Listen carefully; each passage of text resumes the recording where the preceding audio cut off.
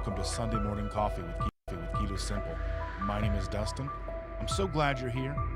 This stream will be starting soon, so grab your coffee, get comfortable, and settle in. We're building a strong and supportive community, so say hello in the chat, ask questions, and feel free to use super chats if there's anything that you want to see highlighted. Thank you for being here and being a part of this journey.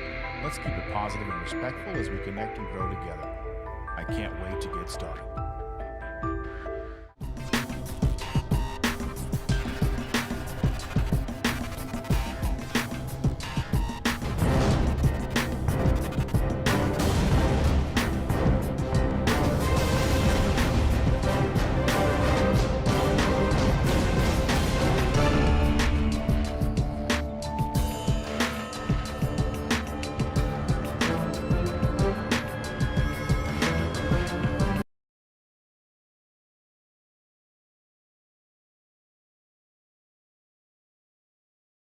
Good morning, everybody. Happy Sunday. Happy Sunday to you all. It's fall break time, as we're on fall break for the next 2 weeks, which means today is the last Sunday morning coffee until October the 26th. A little more housekeeping. There will not be any Tuesday morning lives or Tuesday night lives in the morning for the next 2 weeks. 2 weeks. Can you believe it? 2 whole weeks without us in the morning? So, I'm going to need you guys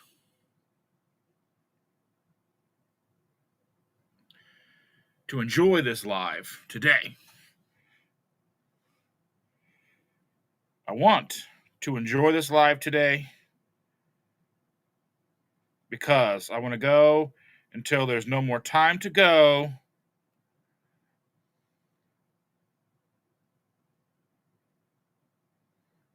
Because we are going to be missing each other for 2 whole weeks. But, the good thing about this is when I return, I will return. Oh, yes, I will. I will return. Saturday, October the 25th with Helen. You know Helen. I think she's changed her name of her channel again. She's changed her name of her channel to OMAD. Something OMAD. It's already up there on the channel. It was, I don't know. I set this up like a month ago. But Saturday, October 25th at 11 a.m. Eastern Standard Time, I will have Helen on, and we will be talking about the things and the stuff and how she gets started, the things that she's doing. So don't miss me too much, because I will return. I will be in sunny Alabama, down on Gulf Shores, Orange Beach. We are staying at the Oasis in Orange Beach.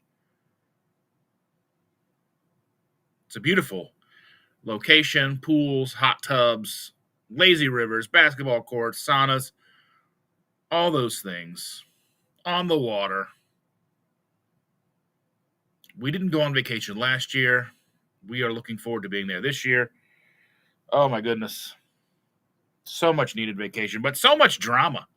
So much drama involved with going on vacation with a big family like us.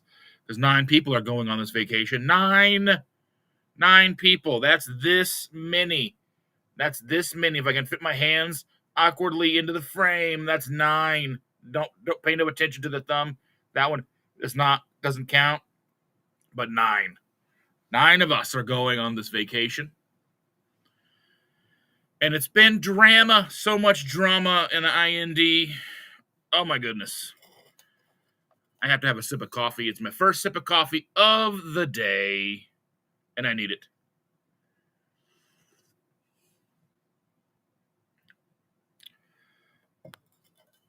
Omad Diva, that's her. Okay, that's her name now. So her name that's Omad. And she's asking, did I get my WhatsApp? I haven't had a chance to listen to your WhatsApps. We've been busy. So I need to listen to your WhatsApps. I need to look and see. After this live, I will look and see what's going on. So anyway, Cindy Morning is here. Cindy Morning is here. Cindy DeManch is here. Good morning. We'll catch the replay.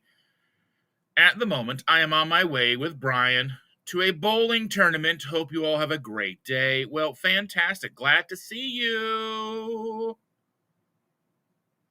Glad that you'll be here. Glad that you'll be listening in the replay. Brian is here. Good morning, Dustin and everyone. 10 weeks left of the year. Oh, my goodness. Can you imagine? It's Halloween month, the best month, the best month. Halloween is the best. I love Halloween. I was at Aldi the other day, and I got this. So I got these Bowie. So I got this. Vampire Bluey, which is Bowie. I had to get them. I had to get them. I don't care. I'm a big child. No one cares what your opinions are. I am a giant child. And yes, Helen, I will do your stuff. But it will be about 2 weeks until I get back from vacation. And then I got there's the Bluey and then Sister Bingo. Sister Bingo. Ghost Bingo. Bowie. I love it.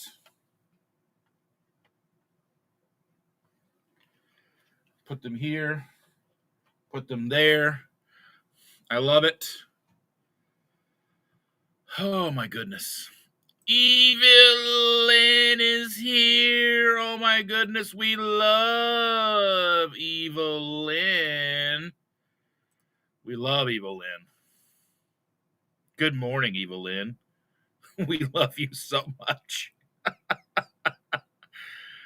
Oh, she's not always evil. Sometimes she's happy and laughs. These make me so happy. I love these. Oh my goodness gracious. I can't tell you how much I love them. Oh. And I got to say thank you to my morning regulars. Thank you. Thank you to the morning regulars. That's a tier of membership. Thank you so very much.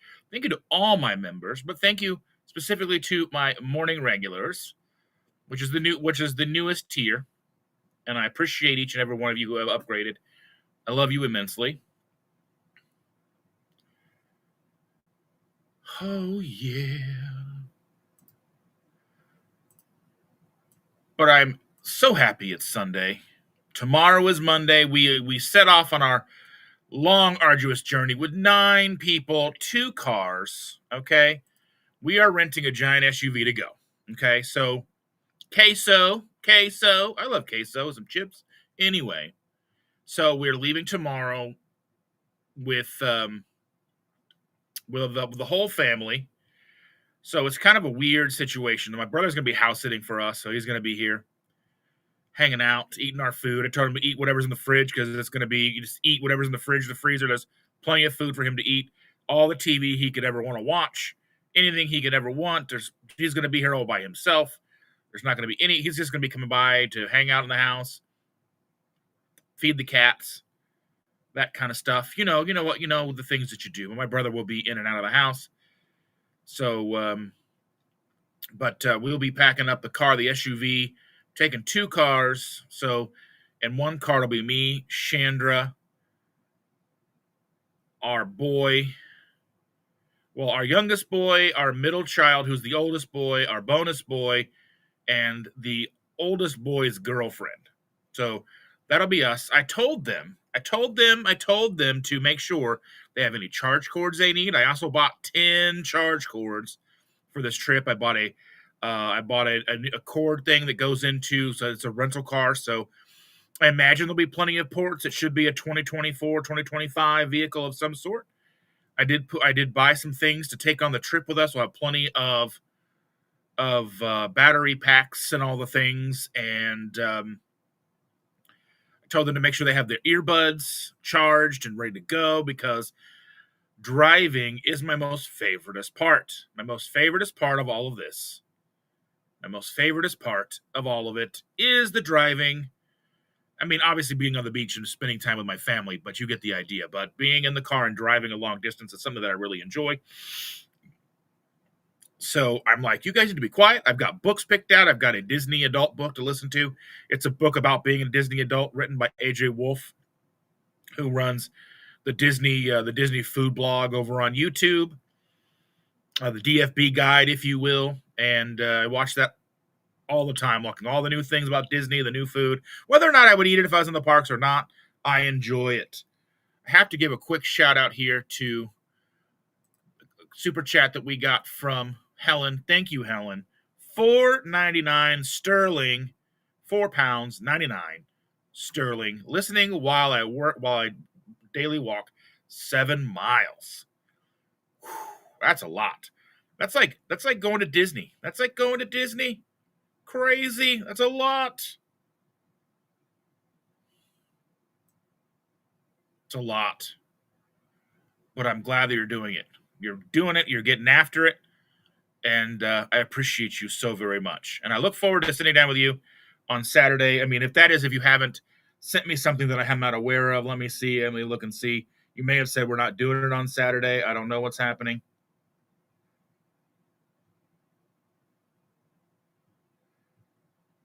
I'm like 3 voice notes behind with Helen. I'm just slacking. I've been doing a lot of laundry and trying to get stuff together for the kids and all that stuff. I have to listen to that, and I'll listen to those today, Helen. My apologies on getting kind of backed up on those. But I did not intend to do that. But yes. John Gugahan is in the house. Good morning, my friend. Thank you for being here with us, John.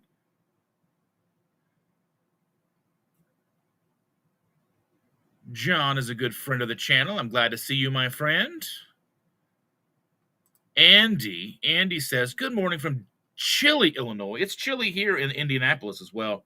Central Indiana, to be exact. It's chilly here. It's like 48 degrees, 49 degrees. Very chilly. Last week it was in the 80s, and here we are in the 40s.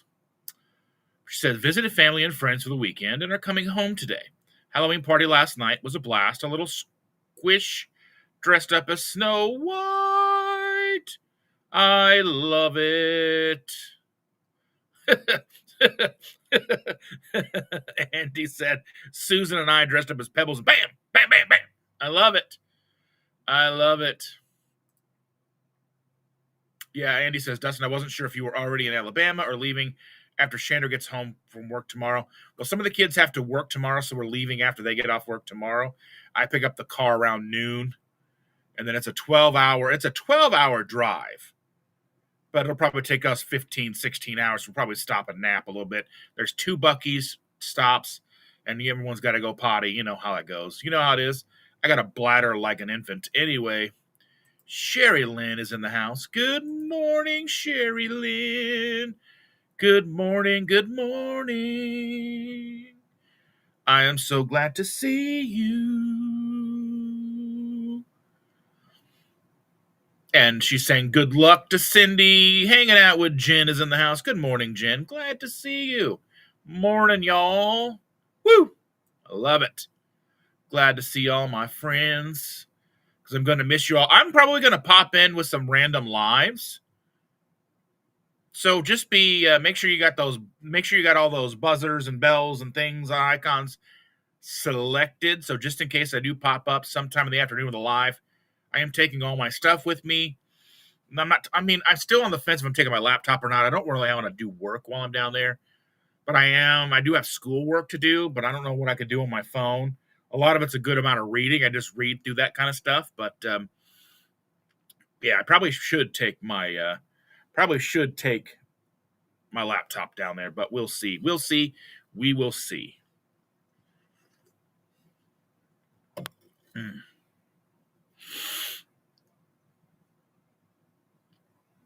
People are saying hello.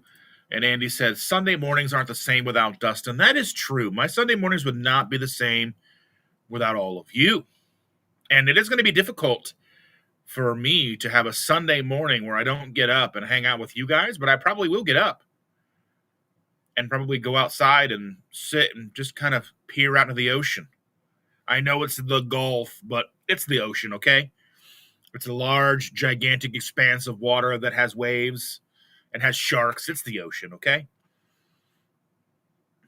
Maritza's in the house. Why are you awake so early? But welcome. I'm glad you are here. Sean, I haven't seen you in forever. What feels like forever, Sean.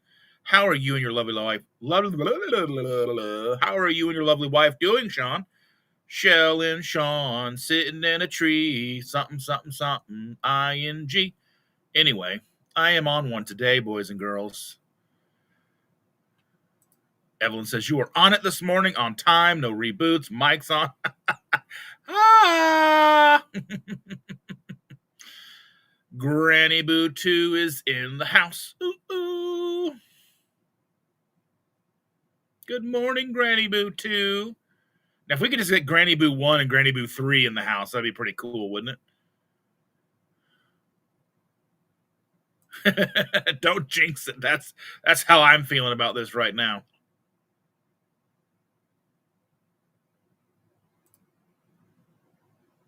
Brian Doyle's in the house. Good morning. Had to drop the bride off at work this AM. Well, now you've got the day to yourself. You're probably trying to do a bunch of stuff and be busy and all that mess. Maybe at least right now you're hanging out with me, and I like that. That's good. I'm glad to see you. Andy says, that's crazy. 9 people. Yeah, we got a 4-bedroom condo. So here, let me see if I can bring up this place. I don't know if I have the actual place saved where we're going to be staying or not.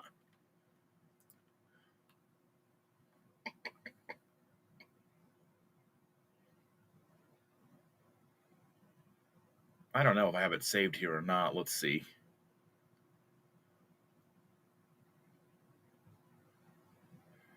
Actually, I do know where I can probably find it relatively easy.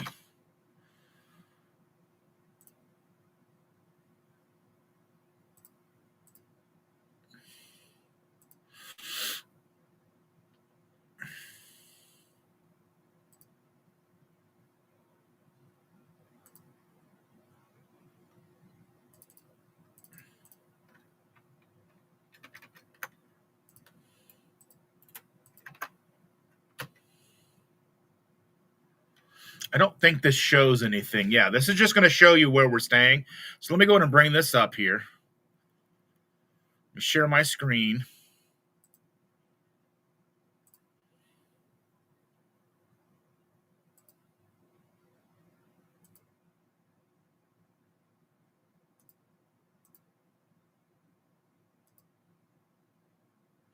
So I'll bring this up so you guys can see it.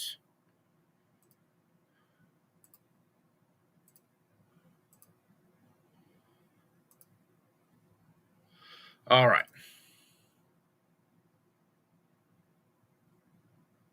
All right. So this is where we're staying.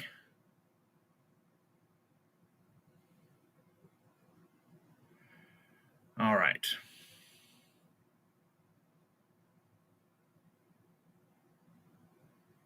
Trying to watch these trying to watch the comments so you guys can say what's going on. You can see what's happening here.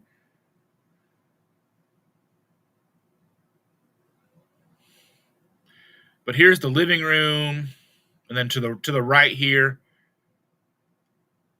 you can see this is like the view of not the Gulf itself, but like there is a body of water, like an inlet that's off to the side or whatever over here. You can see the inlet, but our apartment doesn't necessarily have a Gulf view, unfortunately this time. Usually we try to, but it looks like maybe the dining room has a bit of a Gulf view, but it's hard to see. Let's see, can you see that? I can't tell if that has a Gulf view or not. It looks like it does. I can't tell if that's just sky or not. But you know.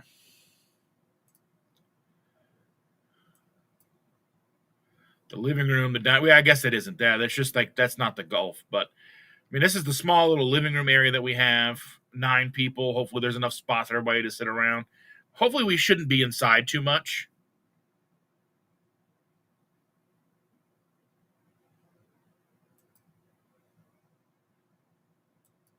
I mean, it's not a bad little place. But it's got the space, the beds that we needed. That's what we really needed, the bedrooms. This is the master bedroom, king bed. So Shannon and I have room to sleep. Doesn't look like it's got enough blankets. Maybe we'll have to take our own blankets down with us. Probably what we'll do. We'll probably take our own blankets. I got to make sure to mention that to her. Master bedroom features plush king bed, elegant decor. It's right off though from like the dining room, which is weird. Well, he's got an ensuite master bath with an ensuite, dual vanities, big soaker tub, walk-in shower. That'll be good. But it doesn't have the dangly shower. I mean, why do these things never have the dangly shower so you can, like, especially when you're at the beach and you've got to get the sand out of your nooks and crannies. There's no way to get it out of your nooks and crannies. Just hanging out with crooks and grannies. Guest room features 2 comfortable queen beds. That's still the same guest room. There's like, I don't know how many bathrooms there are. There's a cozy room, features a charming white twin bunk bed, perfect for kids. So I don't know if the boys will sleep in this room. I don't know what's going to go on there. They'll have to figure it out. There's plenty of bathrooms, tubs, cozy bedroom with a large king. So I know, I'm sure that our daughter and they'll have that room or whatever.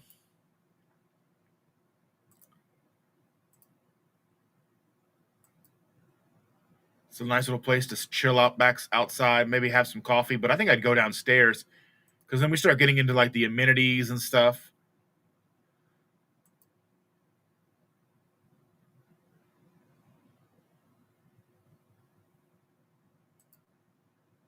So like there's like the balcony is nice and big, then the bedrooms and all that stuff.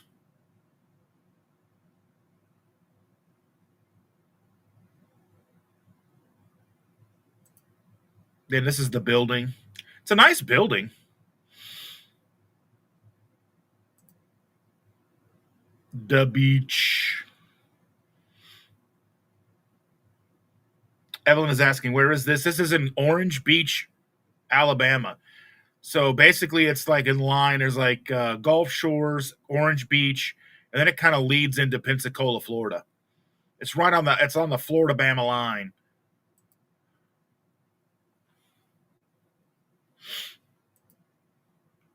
Indoor pool. That looks like all bathhousey style, like Roman, like Greco-Roman bathhouse style, like pool inside. So it's nice to have an indoor pool in case it storms or rains or gets extra chilly.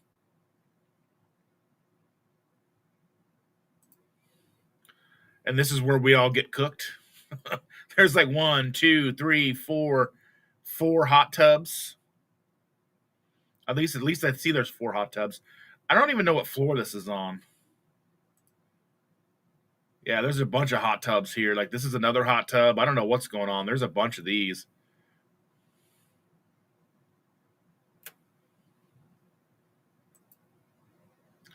The gym and all that stuff.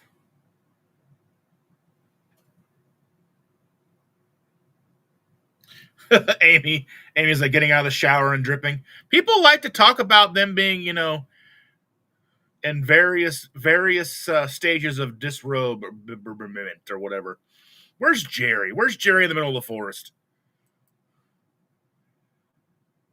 We got more workout equipment. There's a sauna. I'm excited for the sauna. I love sauna. Will I go and sit in it? No one knows. Who knows? One would think that I will, but I mean, you don't know. But yeah, there's like all these little fancy sitting places. Play some checkers. There's an arcade. I don't see any skee balls, so that's pretty rude. Ping pong. Little putting green. Maybe find some little lizards. Here, lizard. I saw lizards in Cincinnati, so I don't know what's happening. We can play some what was that? Cornhole. I think that's the worst named game ever. The pool outside on the beach. The beach. Splash pad. The little girl can run around and be a little idiot for a while. Just cozy places to hang out and maybe for me to go and sit and drink coffee in the morning. That's what I want. Palm trees, ocean views. That's what I want. Basketball courts, tennis courts. Yeah. So what do you think? It's going to be fun, I hope. Helen's asking if I'm getting her WhatsApp. Yes, but I just hadn't had a chance to listen to them.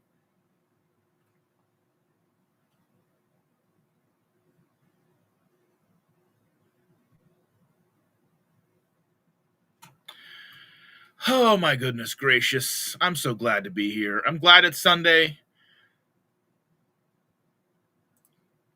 Susan is sleeping. She will be awake later. Well, good morning, Susan. Good morning, Carl.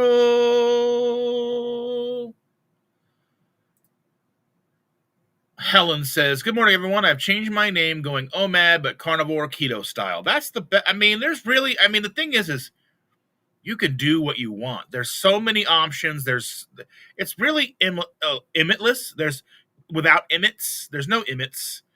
No Emmett Smith. No Emmett anything. Just it's limitless. Limitless. It's limitless, and I can't talk. I don't know what you guys are paying me for. Jeffafa is here. Good morning, Jeffafa. And Helen's asking for a new design. Let me give me a kind of like a rundown of what you think you might like. We can make it happen. We can make it happen. You can make whatever you want. It'll be awesome.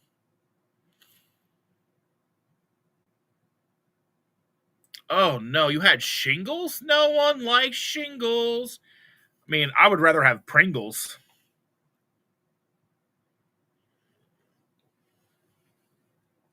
Oh, my goodness. Andy said, I found out yesterday that my hurting shoulder is a chromium impingement, physical therapy, and possible surgery in my future. Oh, my goodness. No, I want my friends to feel okay.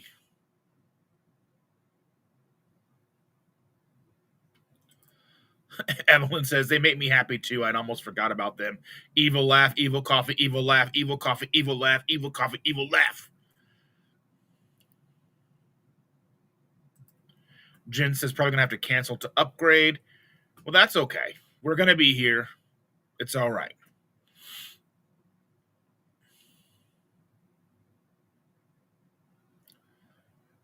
And Stacy's here. Good morning on this chilly day to our Sunday people. Welcome, Stacy. Hope you and Ken. How is Ken? Is he feeling better? Please tell me he's feeling better. And Helen says that she's starting her content again in about 3 weeks. Sharon Holloway is in the house. Good morning, Sharon. So glad to see you. And John made it to the big shoe, the very big shoe. Welcome to the big shoe. Got a wonderful shoe for you this afternoon. We'll keep going as long as we need to. Andy said, I'm sorry, Jen, I missed you this morning. And Brian Doyle says, such a wonderful week. The transmission in my vehicle decided to give up the ghost. Oh, no. So this is one thing, and I know this sounds like a bougie type of thing, but we've been leasing a vehicle. So we have my Honda. We have a Honda Civic that I bought in 2019. And then we've been leasing cars, Chandra's car. And realistically, it is so nice to have that idea that there's no worry about upkeep necessarily. I mean, all you do is take it in and get any warranties checked out, any recalls checked out, anything that kind of pops up, and oil changes and whatnot, tire rotations and all this, that, and the other. But outside of that, after 3 or 4 years, you give the car back, and then it's somebody else's problem.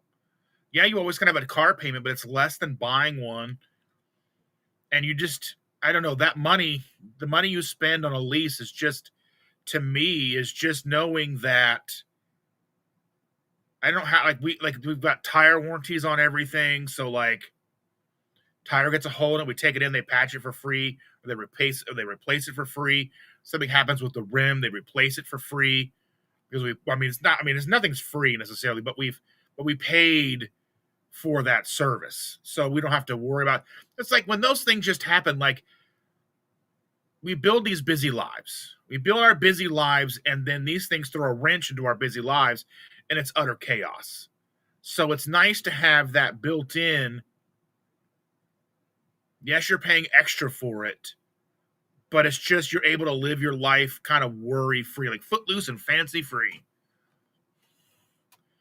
Yeah, and Helen says she's still doing the Saturday interview on the 25th. I think it's the 25th. October 25th, Saturday, 11 a.m. Eastern Standard Time. I hope to see you all there. I hope that you will join us and you will be attentively listening to Helen's story, everything that she has to tell you. We're going to have a good conversation. We're going to have a lot of fun. Talk about a lot of stuff here.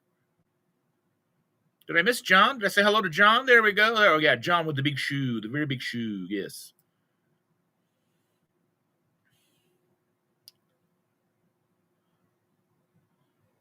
People saying good morning. Carl's Jeep died Thursday. No.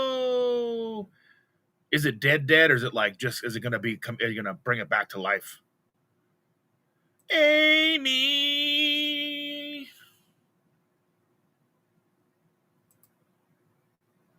Amy says, stepped on the scale and lost 8 pounds. All right. How are you feeling? How's everything? How are you feeling? Tell me. That's what's the most important. The scale doesn't tell me enough. I need to know, how are you feeling? Are you feeling satiated? And Sean's talking to Brian. Best of luck with whatever you do with your vehicle. Yes. And Sean's asking, are you still heading to D.C. anytime soon? I have no idea what I'm doing, when I'm going anywhere. So with the announcement, there was an announcement that I can go to bring this up so you guys can see it as well. Hold on a second.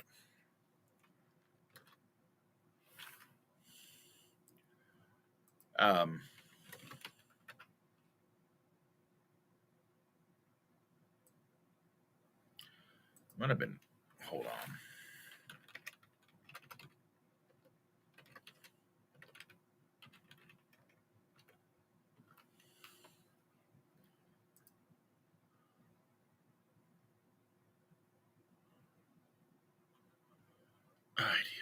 Idea.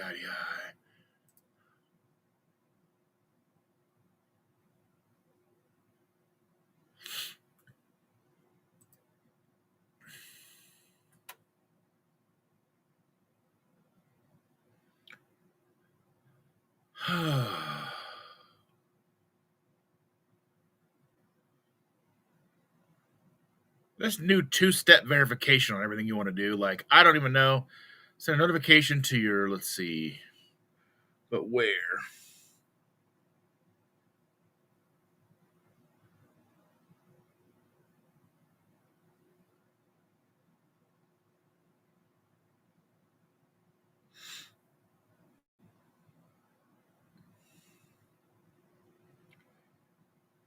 Oops.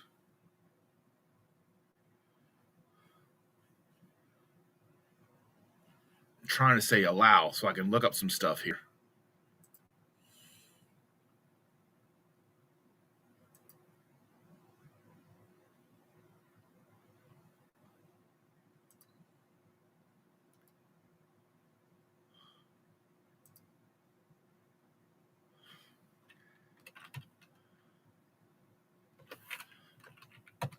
We're going to talk about this very important thing to talk about here.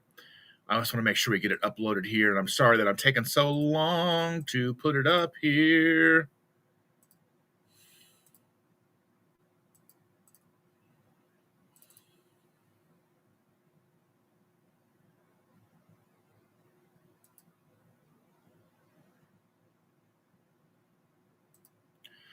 Save the date. Keto Palooza is back 10/8/26 through 10/10/26.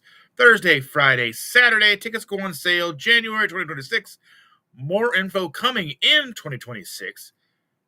Though, here is the issue with this new save the date that we have from Ketopalooza.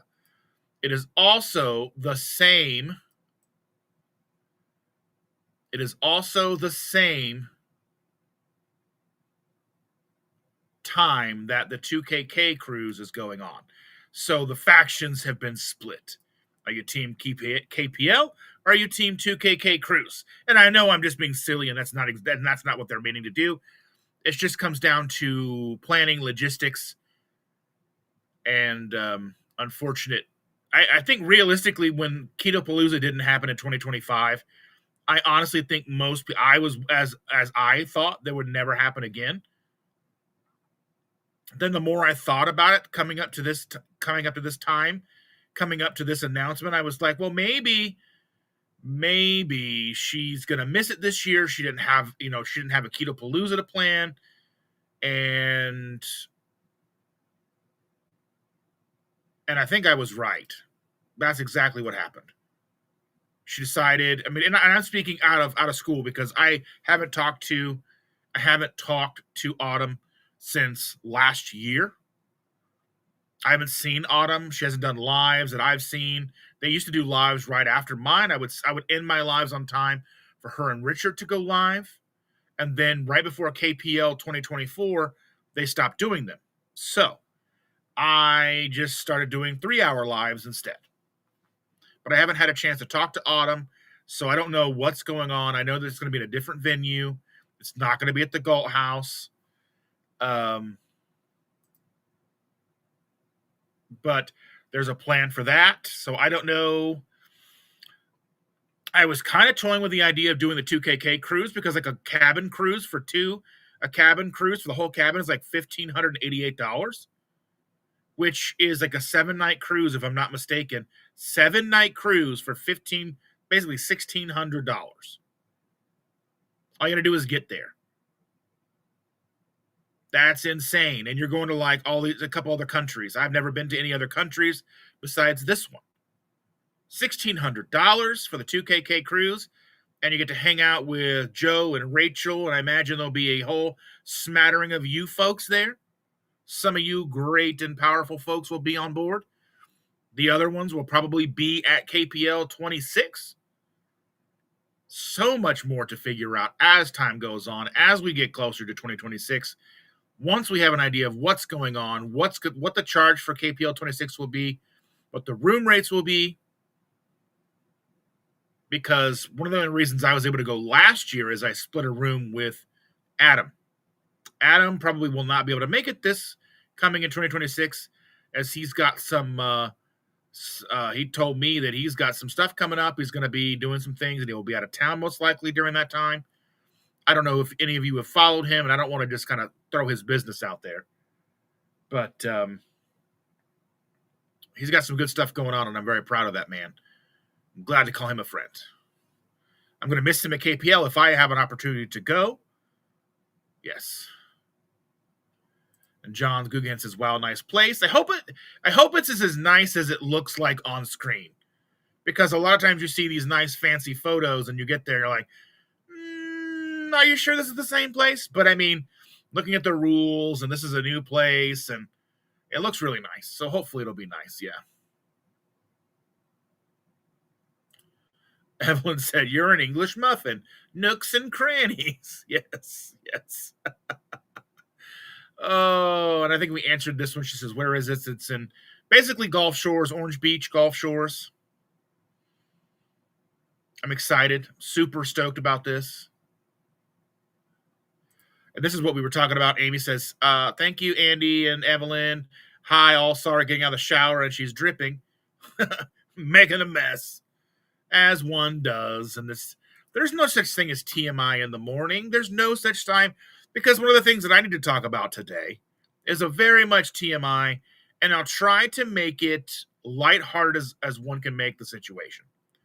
So let's go ahead and jump into that. So the other day, I was at Walmart, and one of my favorite places to go to the bathroom is at Walmart if I must choose a place out and about. We all kind of have that favorite spot. If we're going to have to go to the bathroom and we're out in public, we would rather it be somewhere like Walmart, And I like the back of the store. Like you go back to the store, like next to the electronics. There's a bathroom back there. They have like a family. Now that like ours has a family restroom, male and female like normal. And then you go into like the male and they have like the stalls. And somebody was in the handicap stall. I typically like the handicap stall. I need room. I'm a big man. I'm a big man. Even at my smallest, I'm a big man. So I took the smaller of the two stalls because that was what was available. And for some reason, these people designed these stalls for children. Because you've got these stalls, they're very narrow. Okay? And they're very narrow. And on this side of the stall, you've got like right where your legs are, you're sitting on the potty, and like right where your legs are is the giant, like 1 foot out, whatever, toilet paper dispenser. And it's way big. So right there at the jump, I'm kind of sitting almost side saddle on the toilet. Just because just the placement of that, I'm sitting like side saddle. And this is TMI. You signed up for this, okay? This is what this is. This is how I'm here to share everything, to be transparent, to be vulnerable, to share my wins, my successes. And this also includes me talking about going to the bathroom in public. So anyway, I'm kind of like, so it's very narrow. Kind of sitting side saddle. Then my knee is up against the other wall. And like, it's just such there's just a logistics problem. Trying to figure out how to, and this is one thing that I had issues at my own house. When I was at my biggest, I had issues at my own house. I couldn't even use the downstairs bathroom for the same thing. Like I couldn't get wide enough. I couldn't get things to it just was logistically not possible to wipe my own rear end. And this still happens today. Granted, I have gained some weight back since my lowest. I'm very open and honest about that. I'm very, very transparent about that.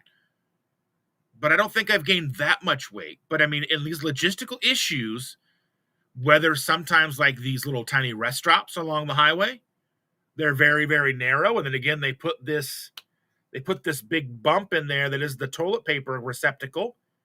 And like you're sitting almost side saddle where like you're just logistically, it's not enough room. Okay. I should have it wasn't necessarily an emergency issue, but it was like, I'm here. I'm at the back of the store. Do what I got to do. Okay. Next time I will not do that in that stall because that was a mistake. Now, hopefully this is where we can make it a little funny because I'm sitting there waiting for it to clear out. I'm doing the best I can, logistically doing the best I can. And I have to get myself, as I have a lot of things with me when I go shopping, and I'm wearing shorts, like running shorts. So they're very, just drawstring shorts, t-shirt, flip-flops. I've got my keys, my wallet, some other things that I carry with me when I go into public that you can have in Indiana. Heavy things. But anyway, I have that and I've got these things in the stall and I have to gather my things. Okay, I have to gather my things, pull my pants up, wait for it to be empty to go over to the bigger stall so I can take care of more things. Now, this is not the first time that this has happened to me in my life. The first time at Walmart that this has happened to me. But this happened to me one time in Georgia on the way back from Florida in 2015 when I was at my biggest. But this is just one of those things, like, it doesn't matter. Like, I've lost a bunch of weight since then. But even still, not all facilities are designed with even someone my size. I'm 6 foot, 300 pounds, 325 pounds. I'm a big guy. I'm a big dude. And not all facilities are designed for me in mind. Like I said, it almost feels like these were designed for children. They're very small, very narrow.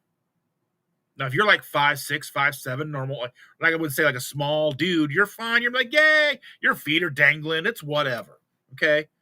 You're just kicking your feet on the toilet. It's fine. It's whatever. I'm a little sour on that. But as a big guy, like, we have to be mindful, and I didn't pay attention. And I had to be embarrassed in my own body. But that's what happens. And I'm trying to tell this story to the kids, and there's a whole lot of drama going on with our vacation, but I'll get into that in a little while, because that all kind of ties back into like all the stuff that goes on in our house and all of the drama and how the stress and all these things can lead to, slip ups and being normal human being. Because not everything is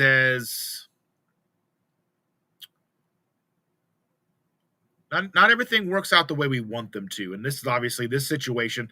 I'm there by myself. I'm there at I had dropped the girl off at school, came home, was hanging out, and then it was the day that our daughter went and got more ultrasound footage, more ultrasound photos. So we got new pictures of the new grandbaby.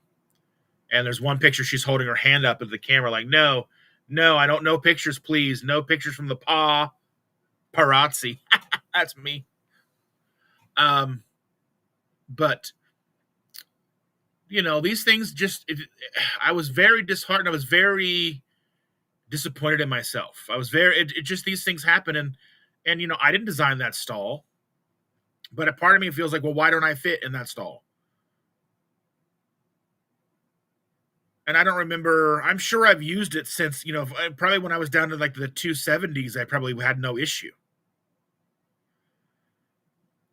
But getting back into the, into the 320s, there's an issue there. That's like 50 pounds difference. That's a big difference. So one has to just be mindful. Amy loves cornhole. Christian Delorme, Vinyl Revival is in the house. Good bonjour, everybody. Bonjour, my friend. I love it. Yeah, Jen, I think that's the same thing, like cornhole. Yeah. Every time I think I hear cornhole, I think of Beavis and Butthead. Yes, 100%.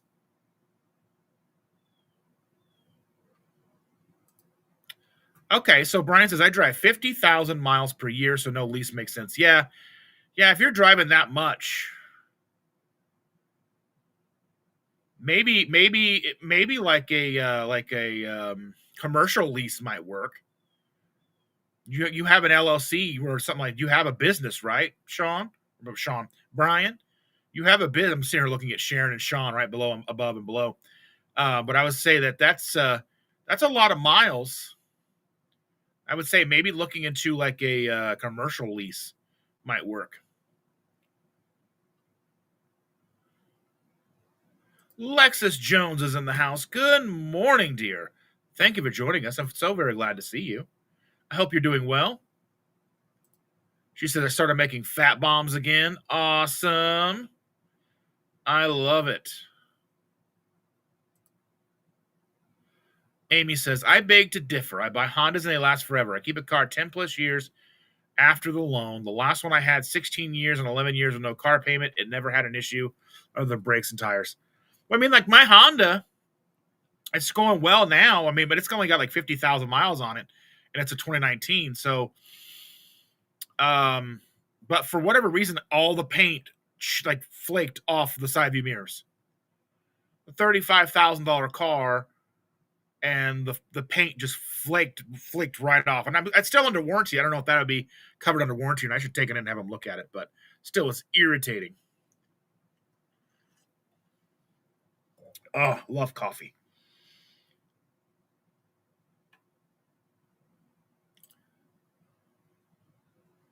Ingrid George Bay reposted the stream. Thank you so much over on the X. Thank you for reposting. I appreciate that so very much.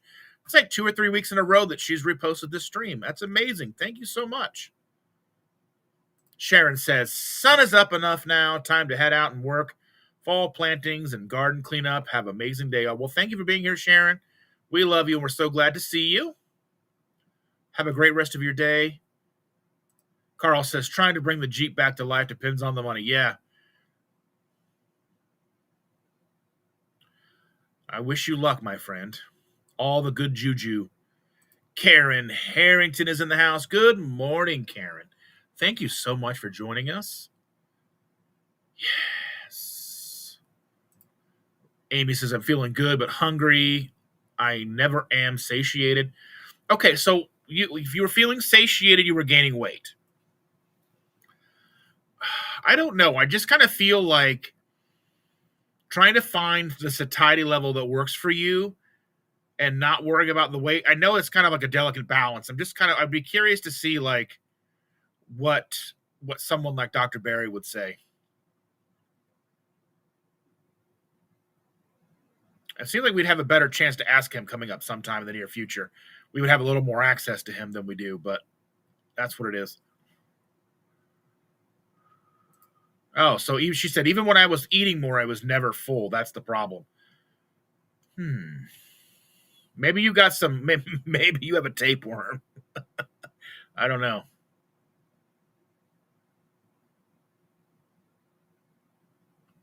Sharon says, pictures will be posted later today. Fantastic. I'll be looking forward to it.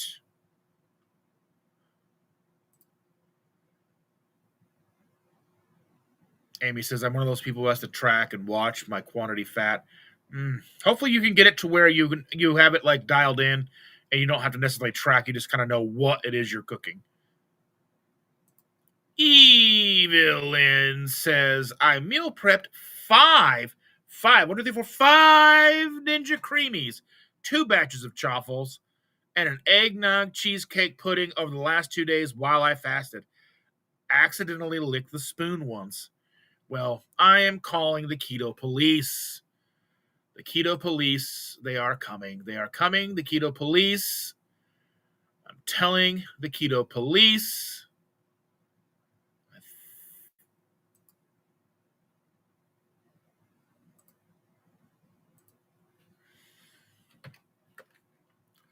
The keto police. They are coming for you. Not a lot I can do about it, but the keto police, they are coming.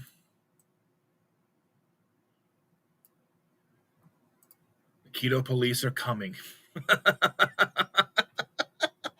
The keto police, they are coming for you.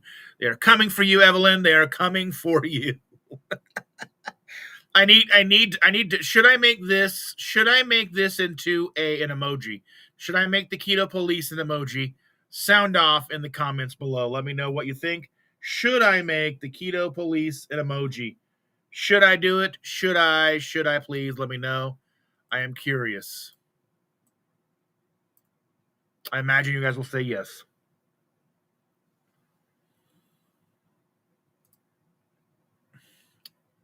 Andy says, there are so many trains coming through this little town. Hear them every few minutes. Not used to all the noise. We live in the country away from the city sounds. I love the sounds of the trains.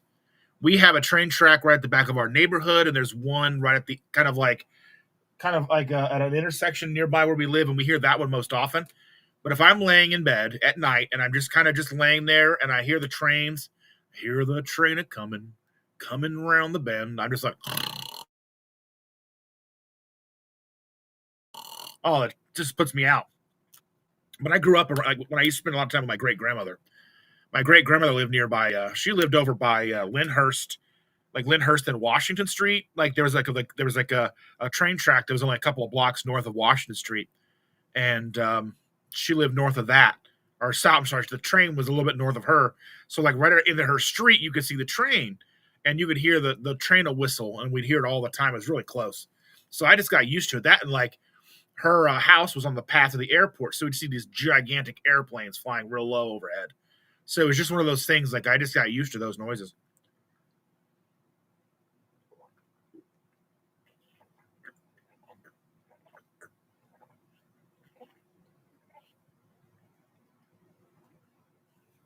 I'm a little thirsty there, boys and girls, ladies and gentlemen.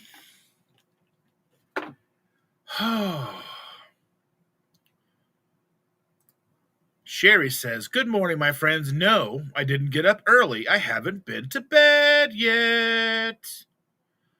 Shame on you, Sherry, staying up all night.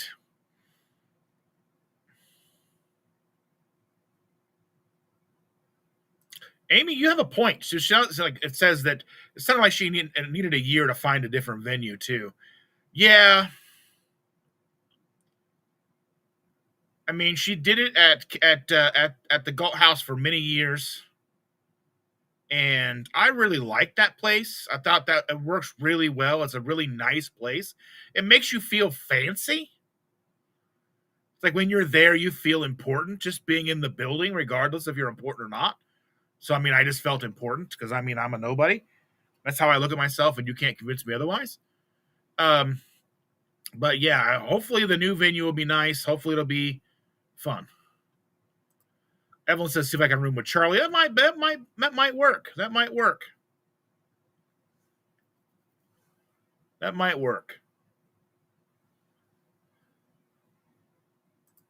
Andy says, "Dustin, did you hear that Joe and Rachel are adamant about getting you and Chandler on a cruise? They love you guys."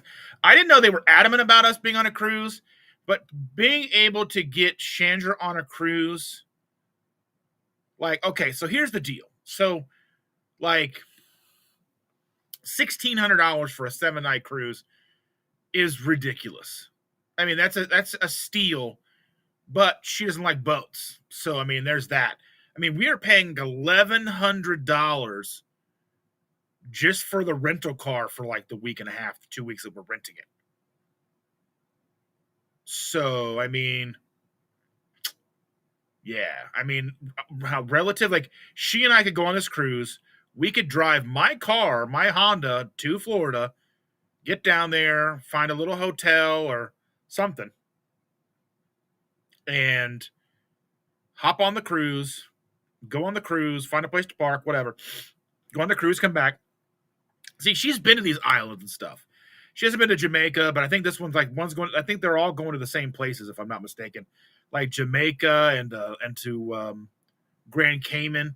Like, her parents had a house in Grand Cayman, so we never visited their house when they had the house there, but they visited there when they were teenagers. So she went when she was a teenager. But yeah, I didn't know that they're adamant about getting us on a cruise, but I would love to go on a cruise with them. Just to go on a cruise. I just want to at least try it one time. Shander's not too big on it. I probably have to do. The problem is like, how do I do it by myself? How do I go on a cruise without her? Because she's the one I want to go on a cruise with. I want her to go with me and spend time with me. And I would be very upset because it'd be hard to even communicate with her the week that I'm gone. And she's going to be shitty at me because I go on a cruise without her. So I'm like, I don't know, how am I going to make it work? How would I even make it work without her? Ugh. Becky is here. Good morning, Becky. So glad to see you. Welcome. And rockin' coach Amy. Amy says, "I use handicap because I need the railing. You wouldn't know it by looking at me, but with 3 hip surgeries, it's helpful." I mean, yeah, like, I think just having the extra space, I just think they designed the normal ones so narrow that, like, handicap is the only real option unless you're like a tiny person. And Sean says, "I hate it when the seats are so low that you break your knees sitting on it." Yeah. It is. It's just. Amy says, "Did you drop your pew-pew in the toilet?" No. I always worry about dropping it on the floor or whatever, but, you know. Yeah. Always got to be careful. You know, those things are expensive. Mr. Gugahan says, "It's too bad that KPL overlaps the 2KK cruise." I imagine if KPL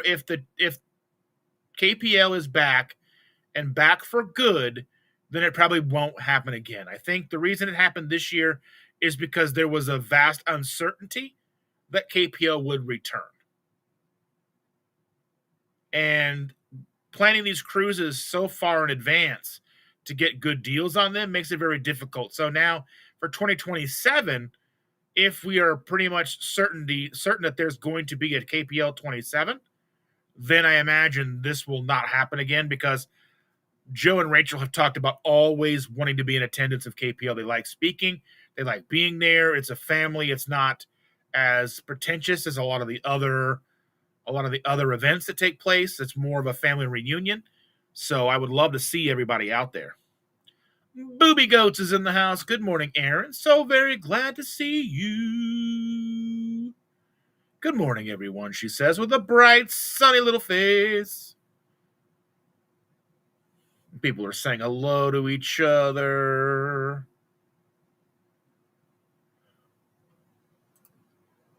Yeah, John says it's called cornhole because originally the bags of corn kernels were used. Yeah, it just sounds gross. I guess because like people started using cornhole to be derogatory, so it's gross.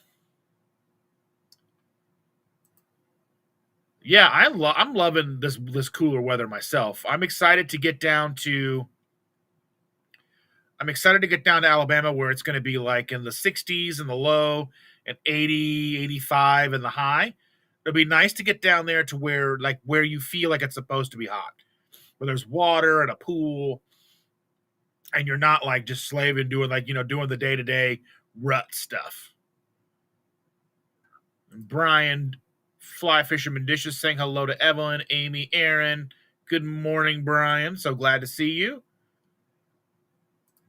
And Amy says that her car gets paid off in February. So excited! I have not had a car payment for 10 more to not have a car payment for 10 more years. Oh my goodness. I think our phones are paid off in like another 2 months or something like that, 2 or 3 months. So then our phone bill will go down. And I'm excited about that. And then I can look out for the next phone that I want to get because in the future I'll be able to write my phone off because it is something that I utilize it to make videos. I utilize it to work on thumbnails and stuff when I'm not at home if I have an idea. But so that's one of the things we are in this class and we are learning. They're talking about Canva. And I use Canva on my phone. I use Adobe Express on my phone. But I've got, one of the biggest phones they make, like just without, it doesn't fold open. Just one of the bigger phones they make. And they were saying, never use it on your phone. It's so frustrating. But I'm like, it's not that bad. If you know what you're doing, it's not that bad. Is it truncated? Sure. But it's not that bad.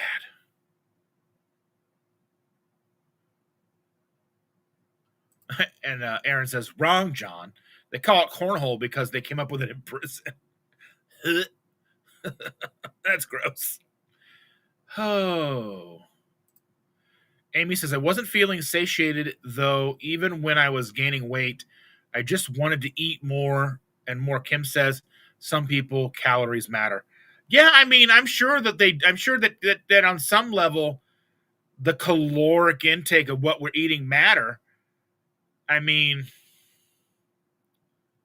imagine there's a lot still to do with cortisol levels, with stress, not getting enough sleep. There's a lot of things. I think there's a lot of moving parts with that.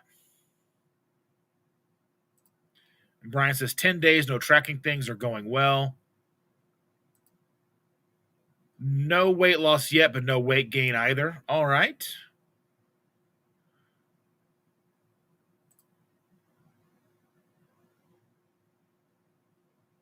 And Carl says sometimes we switch up too much looking for satiety. We have to give it time to let our bodies heal. Leptin and ghrelin don't reset overnight. That's true. And Evelyn says, oh no, not the keto police. No. And Amy's on her way to the church. Have a good time. Evelyn said, we need the badges. I will set it. I will make it so.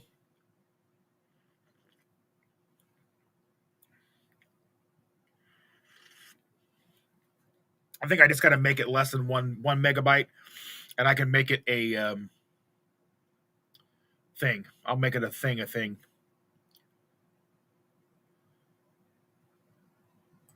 Aaron is asking if Cindy is here. She is not. They are traveling to a bowling tournament. She's trying to be a professional bowler.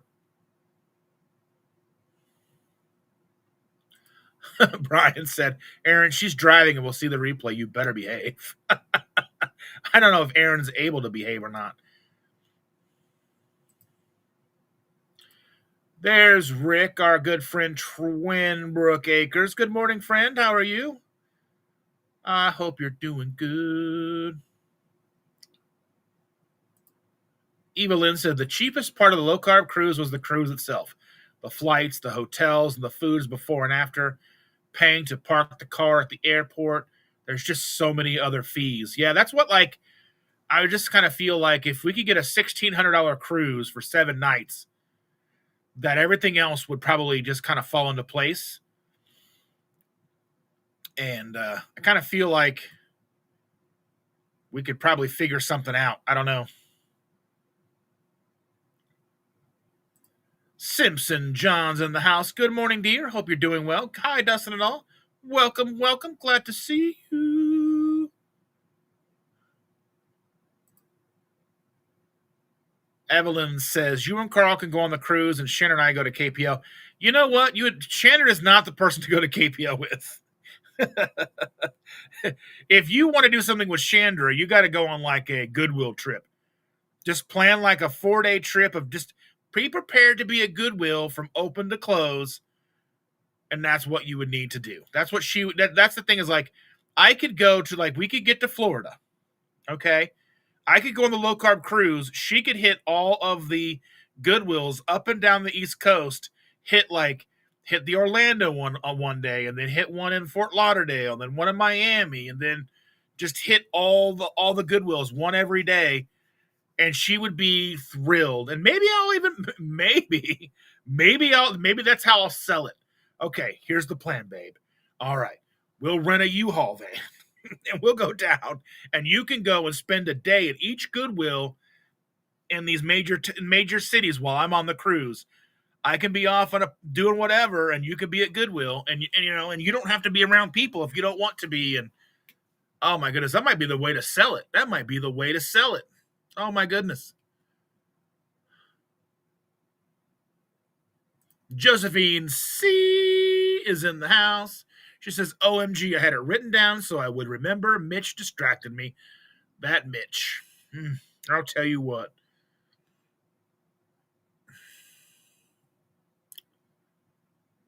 That Mitch. Booby Goat says, I slept in today. I'm so proud of you. I'm so very, very proud of you that you slept in. Lewis is in the house. Mitch is over, so now I am here. Well, welcome, welcome. Glad to see you, my friend. All the people coming and hanging out with us after Mitch is over. There we go. There's our good friend. There's the quack man himself. There's the quackers.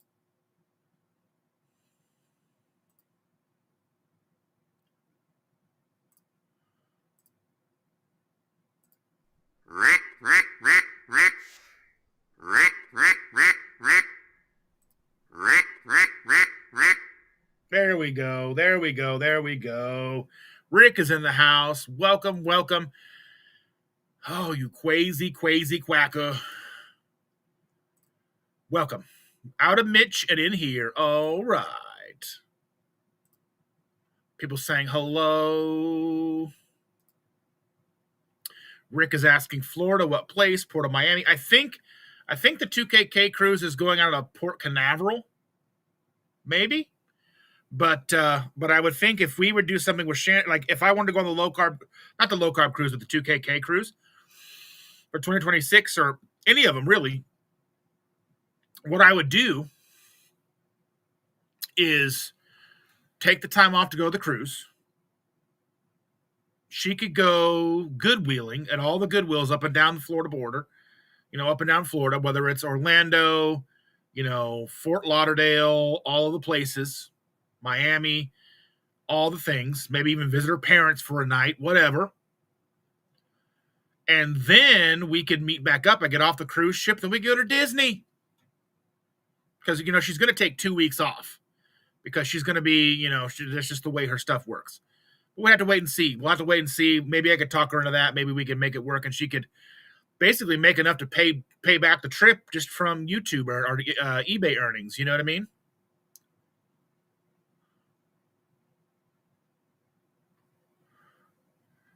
Yeah, Cynthia's here. Rick is here. Rick says my poor air conditioner never stops. Becky needs coffee desperately this morning. Oh my goodness, yes, I got my coffee cup right here. I'm gonna move this around so you guys can see Bucky.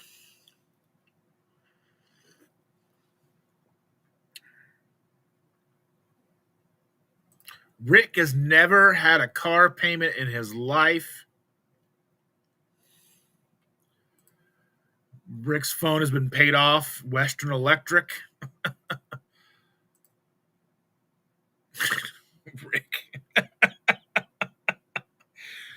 So weird. Corn is gross, whole or not. I don't even know what to think about that. Becky says, I don't think I'll be safe on the water. Motion sickness would kill me. It gets worse as I get older. Oh, no. Evelyn says, I have friends that love to hit dollar stores and Goodwills when they go on vacation. And so one of the things is we went down to, like, one time Chandra had a nursing conference in Atlanta. And I drove down and stayed the night in Atlanta, the last night of the conference. And then she had to wrap up the conference on a Sunday. And so I was there doing my thing, getting the hotel closed out, doing all the things, getting out of the hotel. And then I picked her up from the end of the conference. And then we drove and met with some friends in Atlanta, had some drinks, hung out. And then we hopped on the road and we went to South Carolina. We went to Hilton Head Island, which is up a little bit north of Savannah. And so we were in Hilton Head Island, and we stayed there for a couple of days. And then she wanted to go to a Goodwill. We went to breakfast. I dropped her off at this Goodwill, and then I went back to the beach and just hung out, had a couple of drinks, sat on the beach, listened to some live music, and just hung out, had a great time kind of by myself. And then I went and picked her back up. We kind of went back to the beach and hung out for a little while longer. And then we kind of waited till sunset, and then we headed back home. But again, she went to the Goodwill. That's just what she loves. Goodwheeling is a passion for her. Yeah, Ricky Lee is in the house. Good morning, Ricky. What was it like in there? Like in where? Where were we? What's happening? Welcome.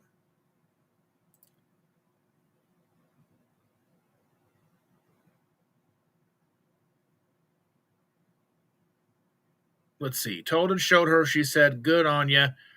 Where's the loyalty? I said, I knew Mitch first. That's going to be fine. That's fine.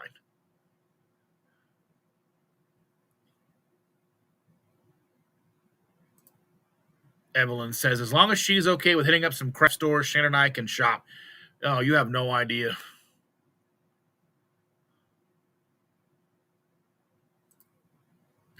Rick says the Iguana Canal cruise is free. Oh, my goodness. Lewis says he loves a good cruise.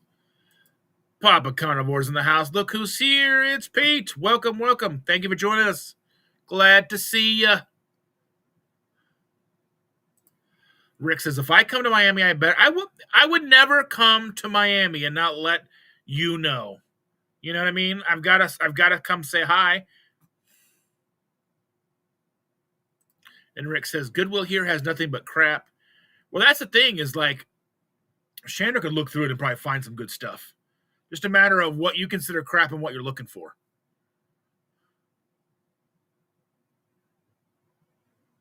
All these people are joining us, and it's great. I'm so glad to see all of you bright and shiny, bright-eyed and bushy-tailed.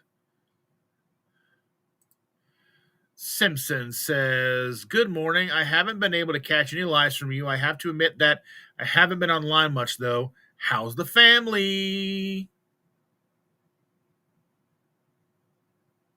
Josephine says, I love the beaches, not the soft hill sand part. Not good. Well, at least for here, like, most of the time, there's no real soft hill. I mean, they usually have something. They protect most of that little soft stuff. And they have, like, barriers to keep it from blowing away and all that stuff. And they just have, like, these little walkways. You walk over it, and then you get into the more hard-packed sand. John says, just now finished my first cup of coffee. Can you restart the show?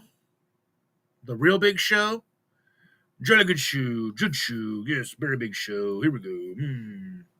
Coffee. Have some more coffee. Have another cup. Sit back, relax, enjoy the show. Papa Carnivore says, I've been up since 3 a.m. I got up at 5:45 this morning, Eastern Standard Time. Lisa says, good morning, everyone. Sorry I'm late. I was getting ready for church and making my coffee. What'd I miss? You missed hanging out, but it's okay. There's always the replay. Yeah, Ricky says one man's Goodwill is another man's Walmart. That's one problem about about Goodwill, though, is Goodwill, you can go in and find used Walmart clothes for more money than you can find them at Walmart. So you can go to Walmart and buy, like, the George clothes, brand new, for maybe cheaper sometimes, and you can find them used at Walmart. So there's always that. Don't expect to find something cheap at Walmart or at Goodwill just because it's Goodwill. Like, Goodwill came in here and expanded and put all the small thrift stores out of business for the most part. Like, I think there's just maybe a couple of, like, Salvation Army stores left here in the city, maybe one or two. But there used to be a lot of smaller thrift stores, and Goodwill came in, undercut them, underpriced them, sent them all packing, and then they raised their prices, and they started pulling stuff out of their thing. Goodwill started pulling things out of the stores and selling it online. That's why if you ever go into a Goodwill store, they'll have like 20 monitors, like 20 computer monitors, and none of them are HDMI monitors. They're all like whatever, the old ports. Nothing new. There's no new monitors and they're selling for still $15-$20, and there's not even HDMI ports. They're not display ports. They're nothing like that. They're all just old VGA. Pretty crazy stuff.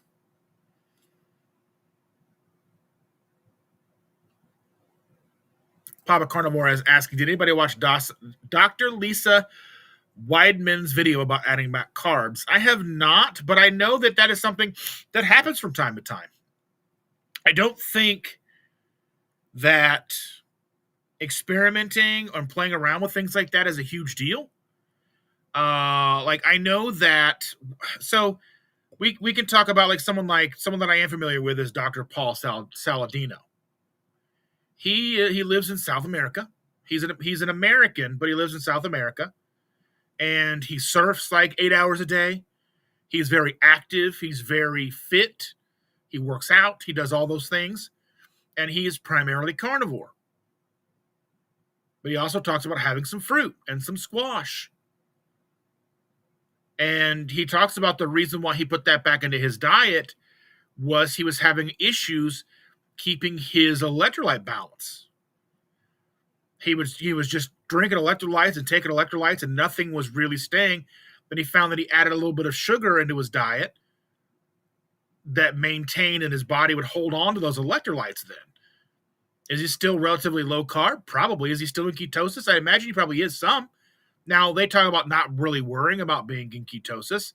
He says he's never in ketosis, but I highly, highly doubt that. I think if you are primarily carnivore and have some fruit, some vegetables, I imagine you're still in ketosis some part of the day, especially if you're extremely active. Now, does that mean that he is worrying about being in ketosis or anything like that? No. And I don't even worry about necessarily being in ketosis all the time.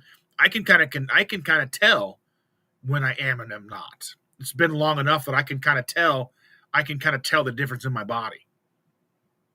But I think during the day there should be probably a natural fluctuation of in and out of ketosis throughout the day, regardless of what diet you're on, whether you're on on a proper human diet spectrum all at one end with some carbs added in, maybe at less than 100 total grams a day, or you're all the way at the other end of the spectrum at like lion diet, or even fasting some. So I don't know. Like, I'm not sure what Lisa's doing or what the reasoning is, but I think realistically we have to look at the nuance of a person's reasoning and why they're doing it. Are they doing it? Do they have a well-rounded reason? And we have to remember it's their body. I think a lot of times, and I'm not speaking for you, Peter, but I'm trying to say that a lot of times I think that people take it personal when somebody else isn't doing carnivore. They add in carbs back to their diet. Like, wait, I'm doing carnivore. Why are they stopped doing carnivore? Why do they do? It makes me mad. I don't know. It just seems like they take it personal. And it shouldn't be personal for you what somebody else does. And I think that we see that a lot. I see that a lot in the, especially I saw it a lot in the vegan community. When somebody would stop being vegan, they would take it harshly, take it personal. They'd be upset. And then I started to see that same attitude creep into the carnivore way of life. There's a lot of similarities in behavioral patterns I've seen. And people may get angry at me about this, but I see there's parallels between veganism and carnivore. The way that people in these lifestyles behave. It becomes very tribal. It becomes very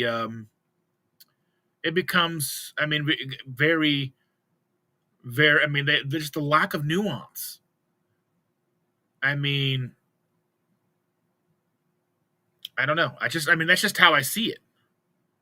That's like a 10,000-foot view for me. Sherry says, a tip for those who get seasick on a cruise, get your room in the middle of the ship. It has less movement. The front has the most movement and the back also, but less than the front. So in the middle, I imagine like maybe the middle bottom. I don't know.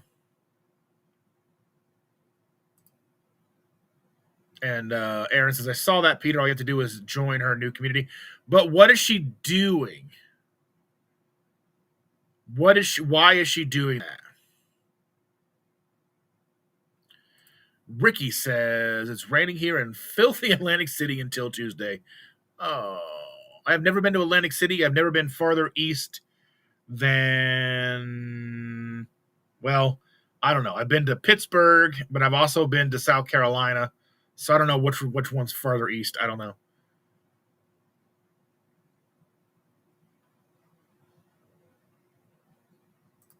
Lisa says, I haven't been to Goodwill in a few years now. I don't really care to go. I mean, it's not a big, huge deal to me. And Sherry says, I like the movement on a ship, so I always book the front.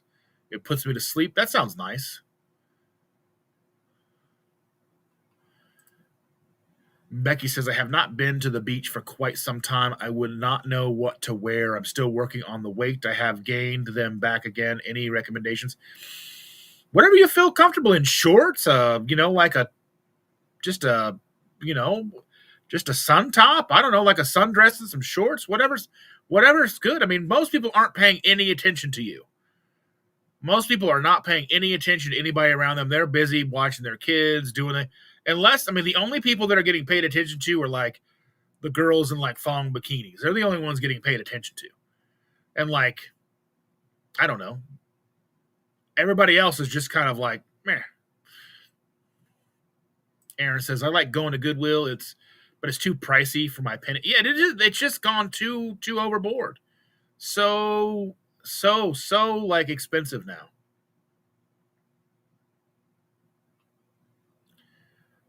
And Ricky says, I keep having onions. I guess I'm not carnivore anymore. I mean, the carnivore police are going to show up at your house, Ricky. I don't have a problem with, realistically, I think 90% carnivore is probably a happy medium for a lot of places. 80% carnivore is probably a happy medium for a lot of people. Some people need to be more strict. Some people don't. And I think for those who get really, really strict, where they can't have spices or they can't have things, they have all these issues where they have allergic reactions to things, that people forget like that's like the exception and not the rule. Most people don't have those issues. But I'm about to make me one of these. Have you guys tried grape keto chow or grape salty? It's really, really good. I really love it a lot. And I'm going to have some because I'm thirsty. I'm actually opening this packet. I'm opening this packet right here for the first time. I have a packet downstairs, but this one's up here.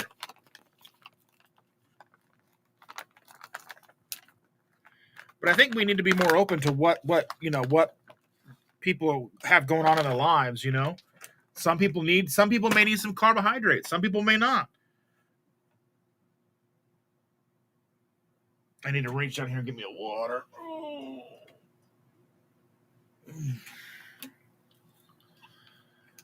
I just feel like a lot of times people just take that personal, like, oh my goodness, they're doing something that's different from what I'm doing. You kind of see that in keto groups, and you see that in carnivore groups, and you see that in probably paleo groups and all these other groups. I just kind of wonder, like, but what, like, to what end, really?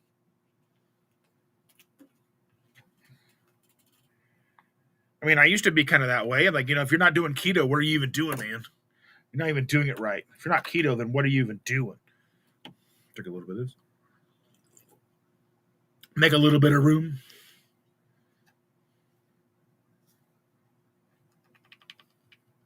I wish they made the tops of these bottles just a little bit bigger.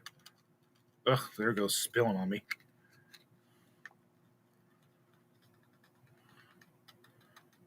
Trying to get it in there.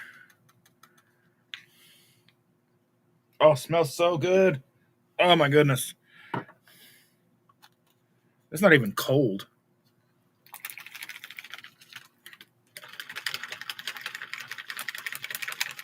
Shake, shake, shake, shake, shake, shake.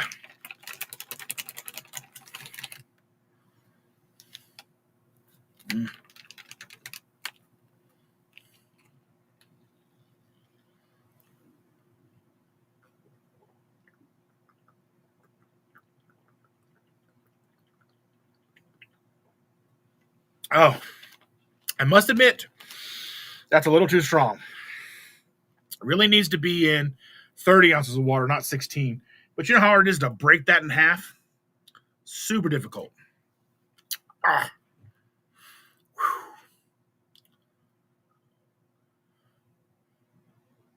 Bride's biscuits in the house. Sup, fam?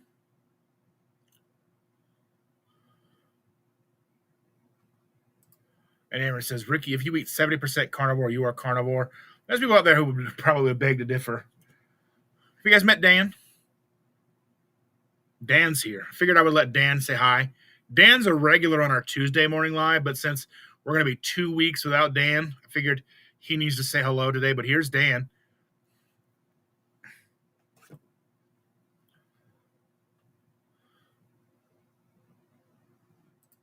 And Rick says, I know Dustin is among the very few not afraid to meet me in person. I'm not afraid to meet people in person. I mean, I don't know about meeting at your house. I don't know about people. I don't really, meet going to a lot of people's houses. But I meet you. We hang out. Sunny Chronicles is in the house. Good morning, my dear. So very glad to see you guys. Welcome, welcome. Peter says, not a fan of cruises. I get very seasick, and I hate being trapped with thousands of people. Yeah, especially these new, like part of me is like, I want to go on a cruise ship that's the biggest, the best, but it means that's like being on a cruise ship with 7,000 other cruisers, and then 3,000 to 5,000 crew member. That's a lot of people stuck in the middle of the ocean. That's crazy. That's so crazy. Like, if you really stop to think about it, who in their right mind will go cruising? If you stop to think about the logistics of it all, it sounds insane. It truly does. Lexus is talking to Josephine, who had asked about her job. She says, I had to call in Friday, though, due to a psychosis. Unfortunately, I felt so guilty. Never feel guilty for putting yourself first. You just have to be able to take care of you. You just have to. You are the most important person in your life. And if you can't take care of you in these situations, then who's going to be there for you?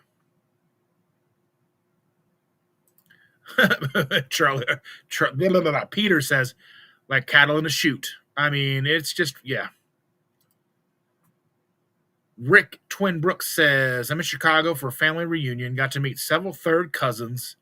It was made possible because two people got frisky 130 years ago. Brown chicken, brown cow.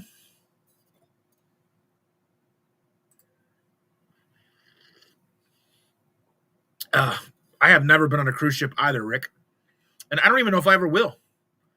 I have aspirations to do so, but I don't know if I ever will or not. We'll have to wait and find out. Ricky Lee says, not according to Captain Carnivore, but even Dr. Baker talks about having ice cream from time to time. He's talked about all kinds of stuff. There's no absolutes. There's no perfection. And it's hard to take a creator or an influencer or a doctor seriously when they claim to be perfect in what they do. I haven't had anything besides a steak in 10 years. Okay, maybe you haven't, but it doesn't sound likely. It just doesn't sound believable. It don't sound real.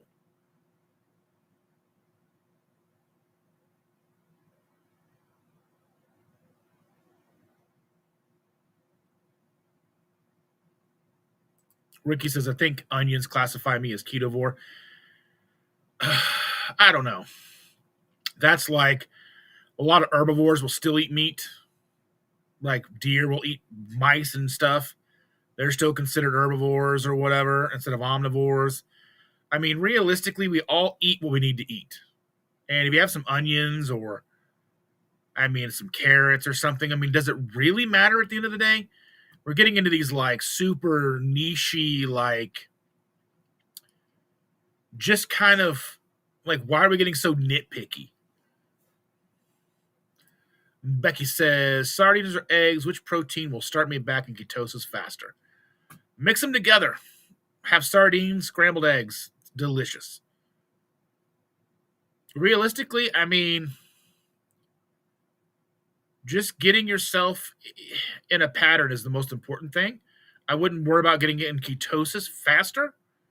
I would worry more in being and getting your consistency back up. So start with what sounds good. Start with what's going to make you satiated more. And it's like, maintaining being in ketosis 100% of the time, I don't think is a viable thing. I don't think it's something to worry about. Like weighing yourself on the scale every day. I got to be under 130 at all times. That doesn't make sense to me. There's just things, I think we focus on things that drive ourselves crazy. Like our ancestors never stepped on scales. They never checked ketones. They just ate what they had and they went on about their day. Rick, I mean, you're not wrong. Rick says Goodwill's a ripoff. You're not wrong. I mean, to be completely honest, you're not wrong. And it's only getting worse.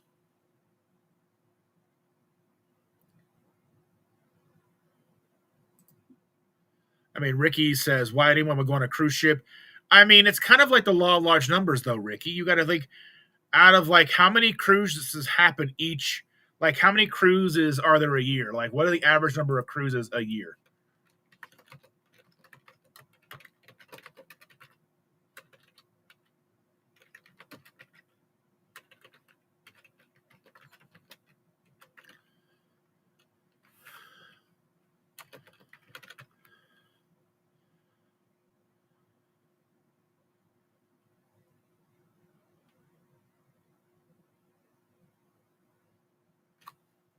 All right, so you figure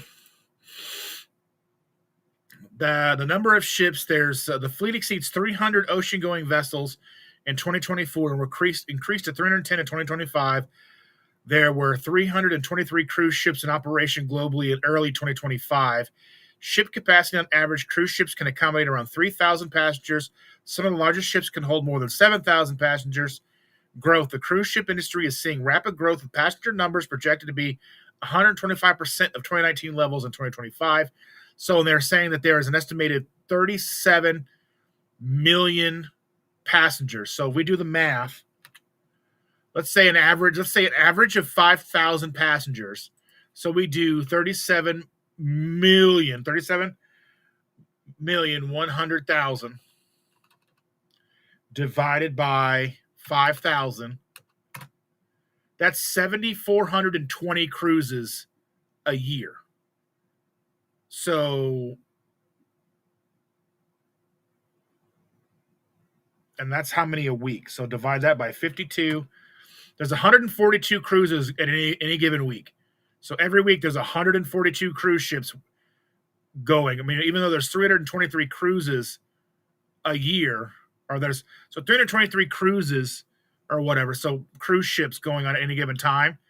But I imagine, I don't know if they're sometimes being cleaned or whatever. But that's a lot of cruise ships. That's a lot of cruise ships.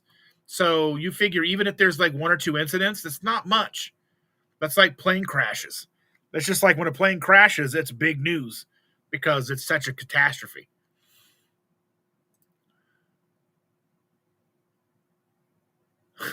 Thomas Tucker Prime Rib is in the house. He says, hello, Dustin, and all his Simpsonians. They're the morning the morning regulars. I mean, I don't know. Simpletons sounds bad, you know. Rick Charger Mopar says yard sales are where it's at. Yeah, we go to all those. We go to Goodwills, and we go to yard sales.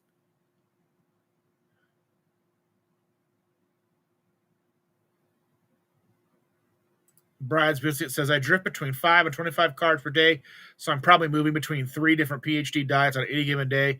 Not concerned about that. I don't even really necessarily think that, like, you could be perfect carnivore and eat a dozen eggs. You're probably going to get about six carbs out of a dozen eggs, because eggs aren't 100% carb free. You eat a dozen eggs, it's probably 6 grams of carbohydrates. So what?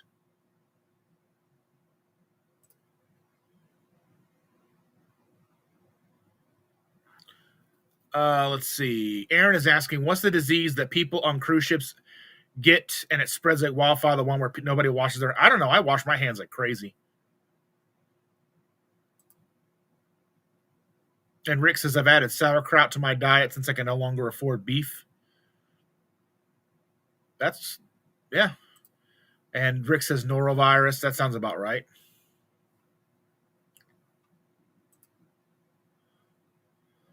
Lexus says, I know Josephine has feel bad because I've already called in 2.5 times the 3 months I've been there. I don't want them to think I don't want to be there. I mean, realistically, they have to understand that we're human. That's the thing, is like jobs expect us to not be human.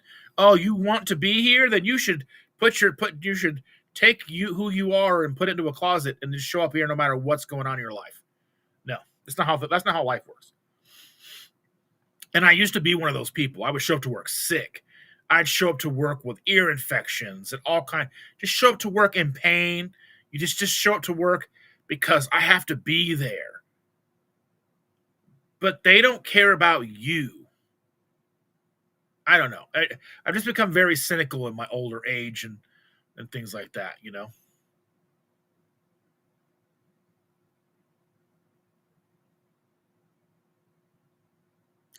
Ricky Lee's not tried grape. You need to. It's delicious. It's my favorite flavor.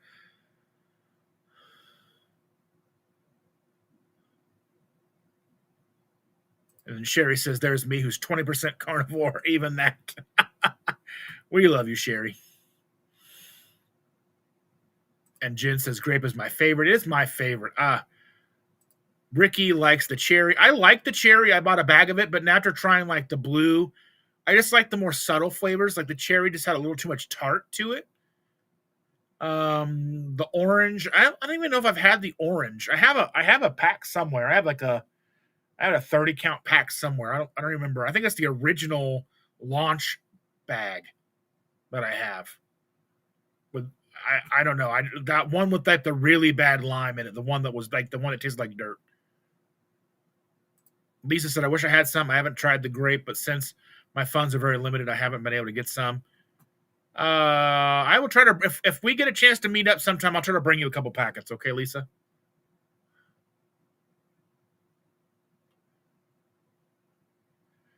So Rick says this is the thing. The vegans are deranged. So I hear this kind of thing, and then I kind of think like vegans are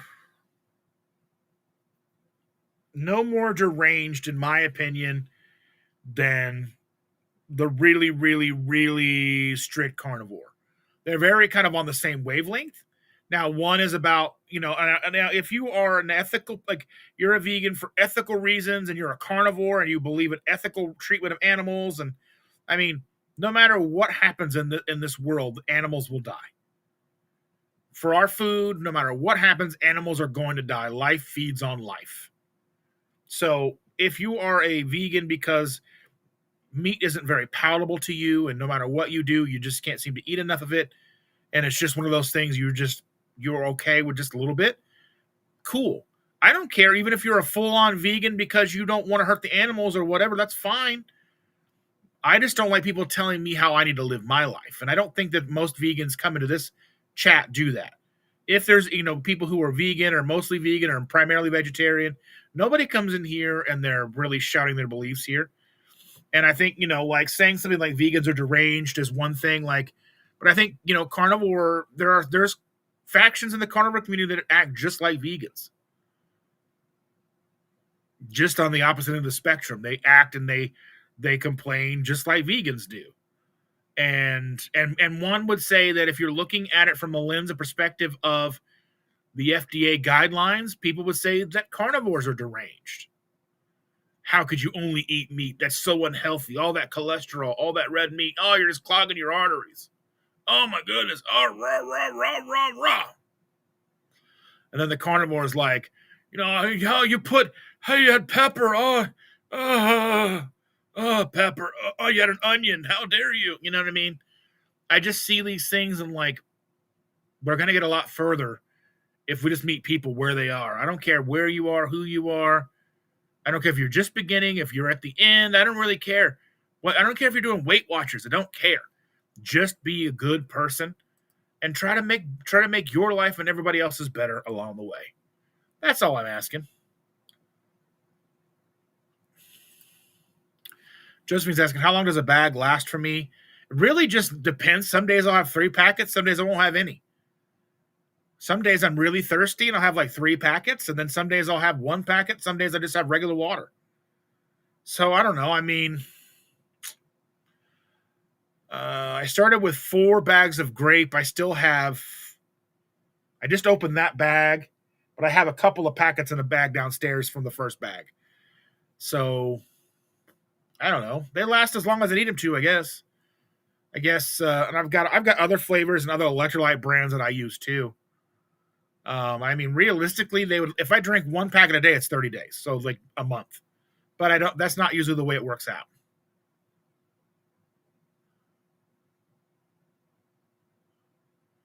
Bryce Bissett says, I do healthivore. That's right.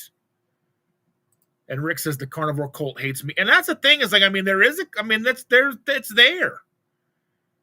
You know, people who don't understand, like, you know, like people who get upset and frustrated with influencers who add sugar back in, or not necessarily sugar, but carbohydrates, whether it's sweet potato or onions or whatever it is.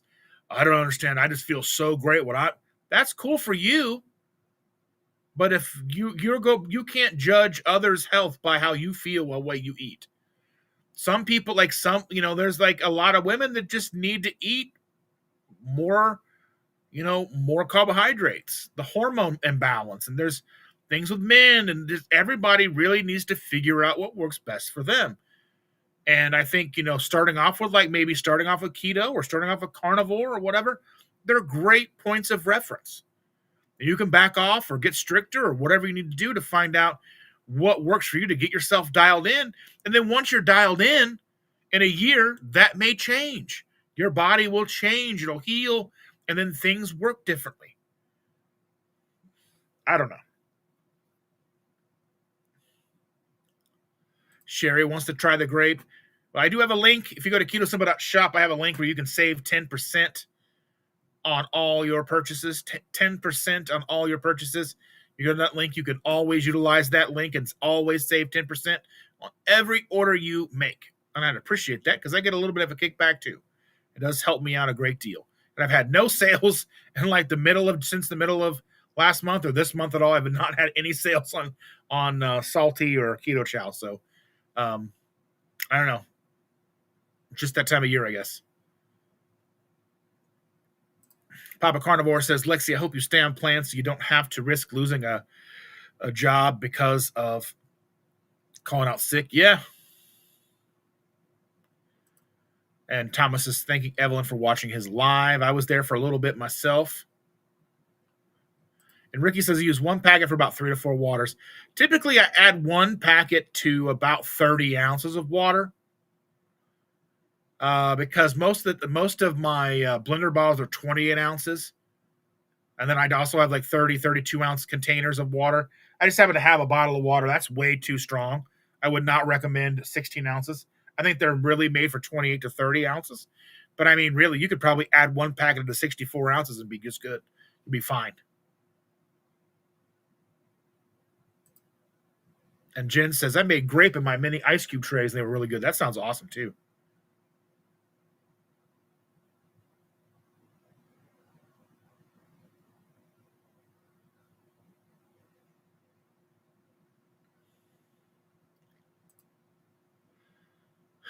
Helen, look at you. Back home now. Walked nearly 8 miles while I'm here sitting on my duff. 8 miles and got a tomahawk to cook to share with hubby and sweet potato fries with sea salt. That sounds delicious. Sweet potato fries, I think the only way I really like sweet potato. Sweet potato fries are really good. Alexa says keto is going to be a lot better than carnivore. And I hope that that's what you really, I hope that that's, you find what really works and what really solidifies it for you. That's what I want for everybody. I want people to find what works best for them. Yeah, Ricky says, yeah, that's too much for me. I only use a quarter of a packet per bottle. Yeah, I mean, that's a lot.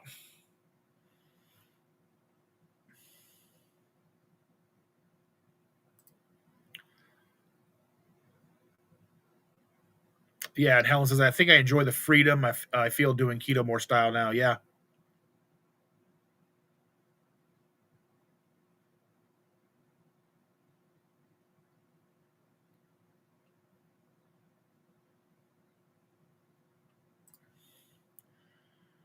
Evelyn says, I'm glad that you're finding what works for you, Lexi. I do carnivore challenges. I break a stall, but I prefer ketovore. Yeah.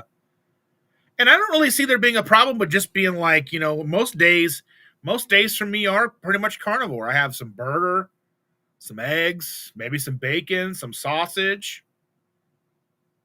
I mean, to me, like that's perfectly fine for me, but not, I mean, like sometimes I like having flavored electrolytes or I like having some broccoli, but it's just like it's just whatever works the best for me. Hot dogs are a major part of my diet, unfortunately.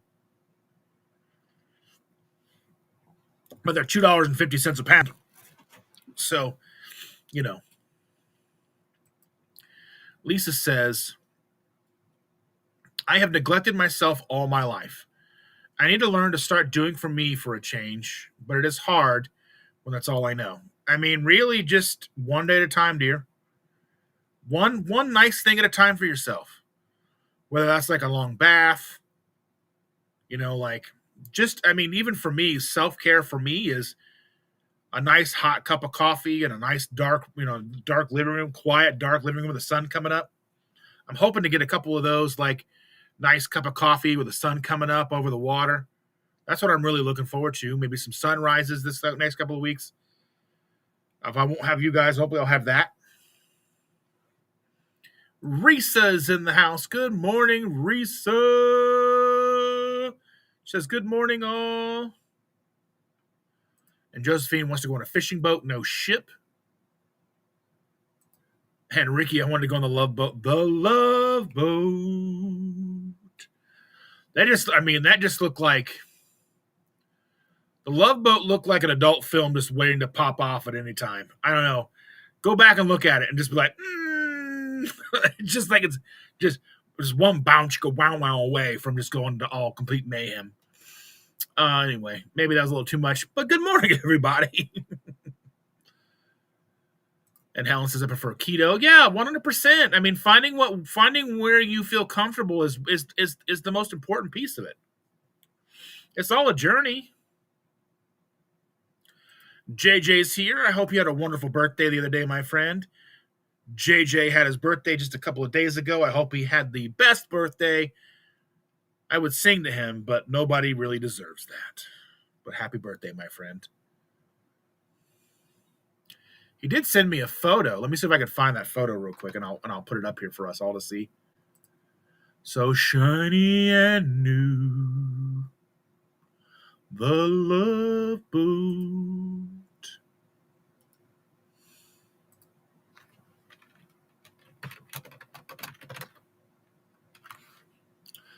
Do do do.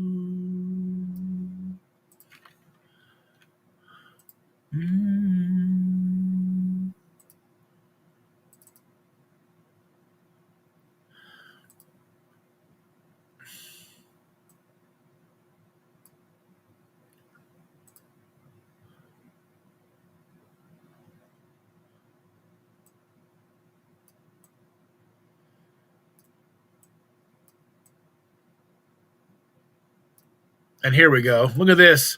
Look at these two guys. Look at this. JJ and Dustin. Look at that. Look at those two handsome fellers. Watch out, ladies. We're coming for you. Look at all that white and gray. like, like together we make Mecha Santa. Woo! It was good to see you that day, my buddy.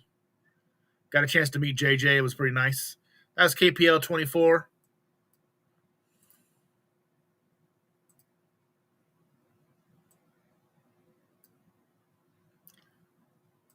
And Helen said that she did 85 days carnivore. Now she's doing keto. That's perfect. I mean, you did an amazing job.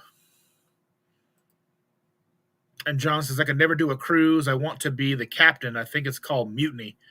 Do they make you walk the plank anymore? I think they would charge you for that. It's the walk the plank experience.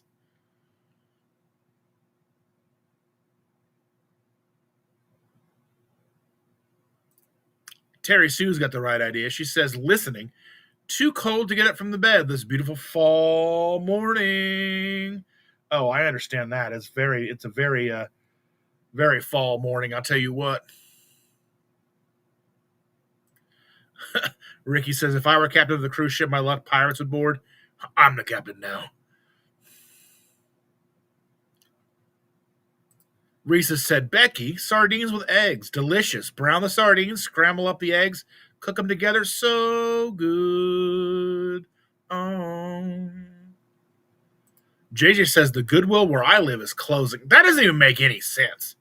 Like, how could you run a store so poorly that you can't even stay open when all your merchandise is donated to you for free? Like, that doesn't make any sense.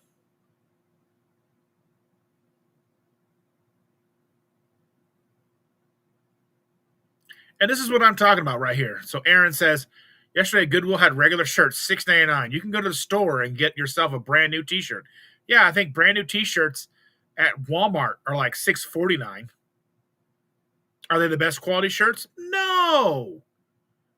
But they're still brand new with tags for $6 versus someone's used armpit stank for $6.99.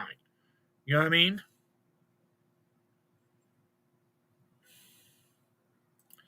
And Sherry says, our ancestors ate real whole foods, which, yeah, I mean, realistically, that's what we need to do too. And that's what I try to promote real whole foods. I mean, you know, if you're eating real whole foods, like if you're on one side of the spectrum, like like Dr. Barry talks about, like, 100 grams or less of carbohydrates a day. That's like roast potatoes, carrots. Primary, you're gonna have a big, huge hunk of roast, a couple of pieces of potato, a couple of pieces of carrots, maybe some onion in there. That fatty broth with all that connective tissue from the roast. I mean, that's what I grew up on. Well, that and like a whole bunch of Swanson meals and fish sticks and carrots and stuff. But my mom would make roast potatoes and carrots. That stuff was delicious.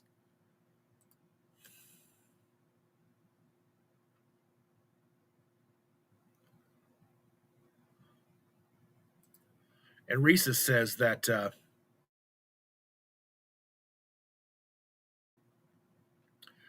Risa says, Aaron was watching the replay of your live while the dogs were out at 5 this morning. Ugh, too early.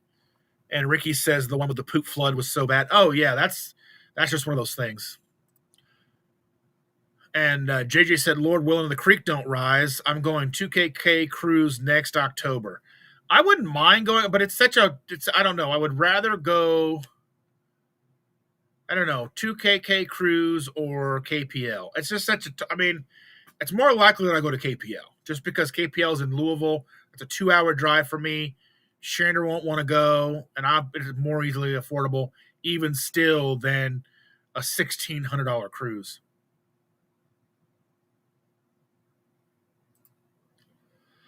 And Becky says cruise has never been economical for me. A lot of people not. And Rick says even a cat eats grass. That's right. And Evelyn says I'll miss you at KPL, JJ.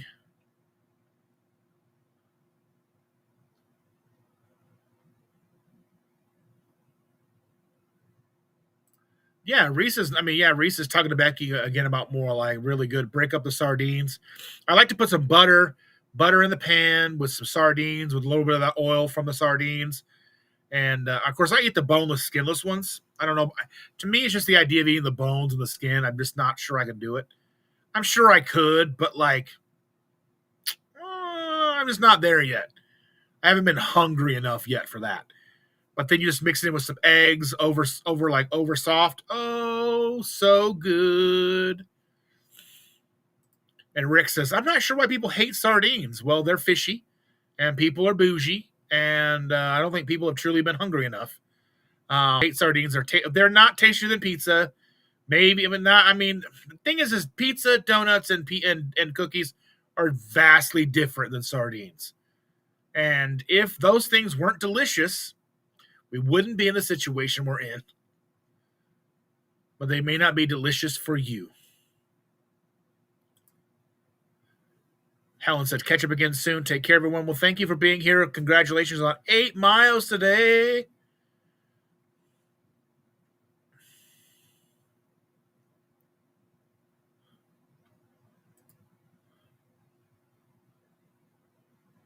Let's see.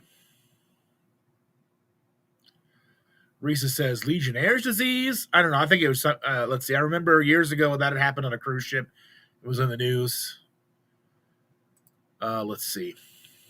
Thomas is talking about. So I'm at the diner, got a burger with bacon and goat cheese. It was good. The waitress is vegetarian, but I like her because she didn't judge me for, well, I mean, why would she? I mean, you can judge people for stuff, but like, that doesn't make any sense. Becky says, I like sardines, nutrient dense and affordable protein. I mean, it's affordable, but like, I don't know, like, let's see.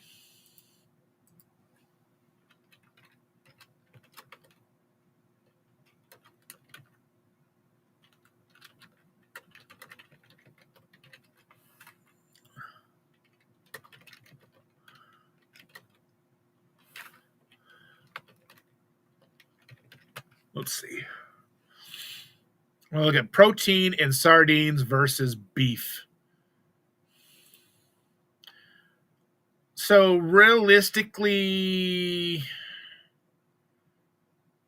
approximate protein per 100 grams, boneless, skinless sardines, 24 to 27 grams of sardine, 20 grams of protein, so 25% protein, and lean beef is about 26 to 28. Average beef is 17 to 20.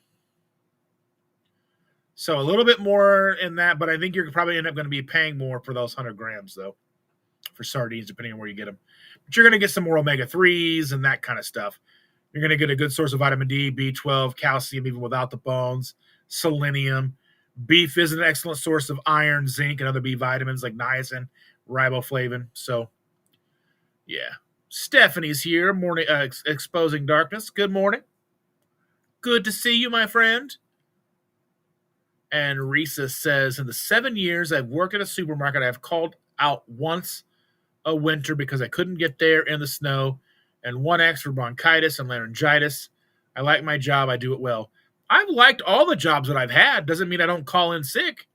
I mean, realistically, I mean, they give you sick days, use them. I think, just being able to,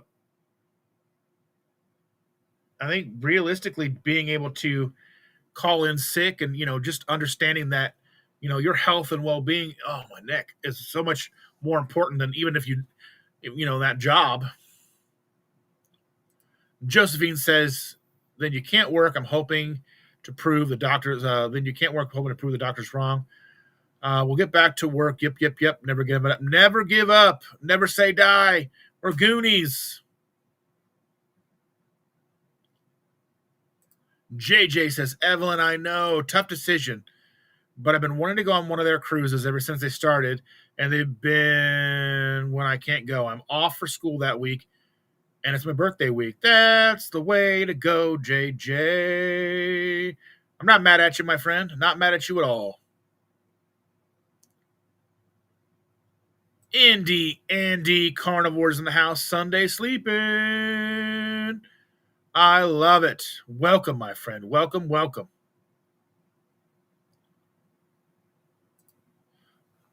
And Lisa says that sounds like a plan. Hopefully we'll be able to get together sometime soon and we'll make it happen. And Josephine says brain fog bad. Yes, brain fog real bad.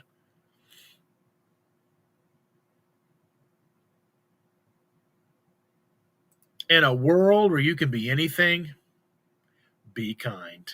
Yes, just be kind. It's not hard.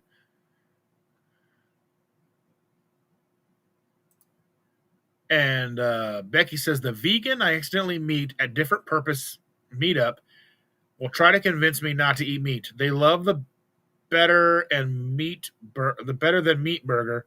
They still enjoy meat deep down, I reckon. I mean, realistically, everybody's kind of like that. You know what I mean?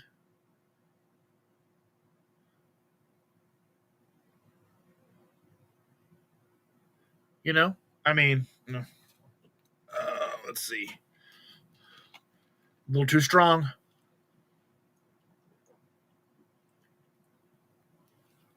Oh, that's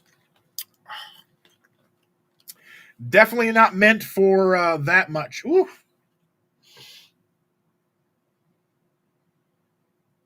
Definitely need more than 16 ounces of water for a packet of salty, I'll tell you that.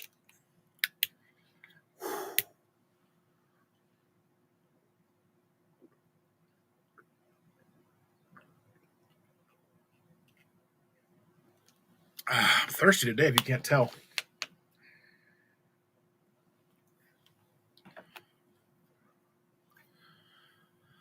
Oh, there we go. There's Jerry. Jerry in the middle of the forest. Good morning, Dustin and the regulars. Listening at 3x speed. That's got to be ridiculous. I sound like doot, doot, doot, doot, doot, doot. Like we're the chipmunks. I even heard you invoke my name earlier in the video. Naturalist in my jammies. Woo! But welcome. Glad to see you. Let's see here. Hanging with Jen says, yeah, I've seen people judge for eating something, but turn around and eat the same things. I will never feel bad for wanting hot dogs and sandwich meat. I do what I do. Ricky Lee says, I use a paper clip to loose the salty packet, add a third or fourth of a packet to a 16-ounce bottle of water, or have a cocoa per cup of coffee. There we go.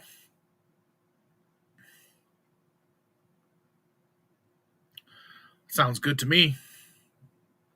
To close the salty packet. Okay. I was like, I'm not sure what's. I mean, you know, I don't type for shit, so I don't judge. Evelyn said, there you are, Jerry. We were talking about you earlier. That's right. And Risa says, you have to figure out what works for you. At your age, things change. So you might have to change it up. And so it continues to work. Nothing is wrong or right. That's the thing. Jen says, I tried the red, white, and bam, it was okay. The lemon lime twist I really liked, but purple is still my favorite. That's just, purple is. I'm taking a bunch of it with me on the trip. I'm excited. You're so welcome. You're so welcome, my friend.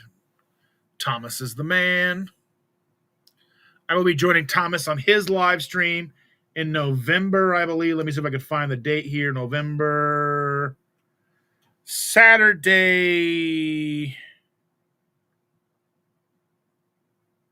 November 22nd at 4 p.m. live with Thomas. So tune in Saturday at 4 p.m. on November the 22nd. I will be live with Thomas, Mr.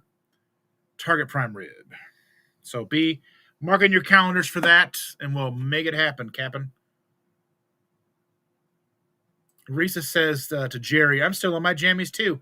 I'm in my jammies. I got a hoodie on, got a tank top on, you know what I mean? Just chilling.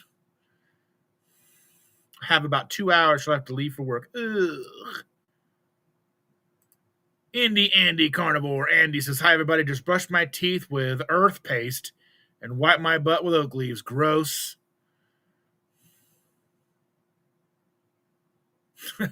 Ridiculous. Oh, my goodness.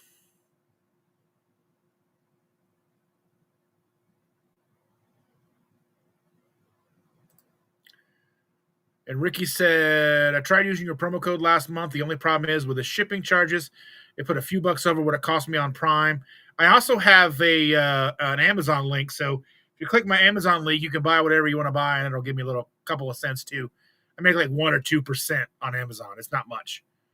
But yeah, so if you're buying things on Amazon, you can click my Amazon link too. It doesn't matter what the link is for. You can still buy whatever you're going to buy anyway.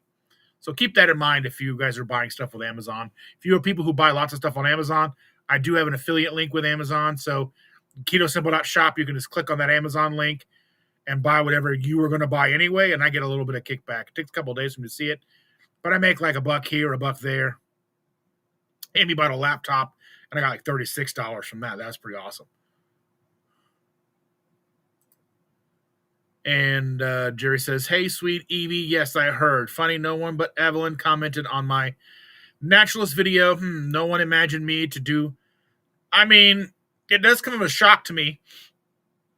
But then again, I always assume that I'm the weirdest one in the group, no matter the group.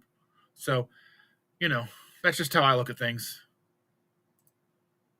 Karen says, back off my high-fat carnivore this last couple of weeks. After hearing talk with Lisa Weidman, she hit on points that exactly I've been dealing with: weight gain, hormones, tanking, etc. Yeah.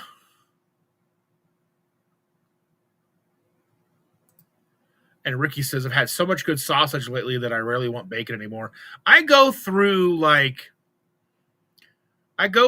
different phases where sometimes where bacon is the most amazing tasting food in the world. And then it's like where sausage is what I want. So I'm always kind of going back and forth. Sausage, bacon, sometimes neither. Sometimes just beef and eggs. It really just depends. And I think it's good to kind of mix it up that you don't get truly sick of any one thing. North Dakota Carnivores in the house. Good morning, my friend. Glad to see you. Body by Bacon.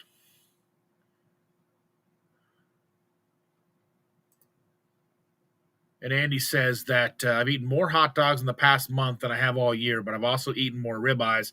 Your waffles are a main staple in our week. I appreciate that very much. I'm so glad that something like that can work out. I really love that. I'll be making a bunch more when I get back from vacation. Ricky Lee says Sam's Club has pretty clean ingredient beef sausage, kielbasa brand. They got hickory smoked and cheddar jalapeno. Our Sam's Club account is going to expire, but our kids have one. We go Costco most often.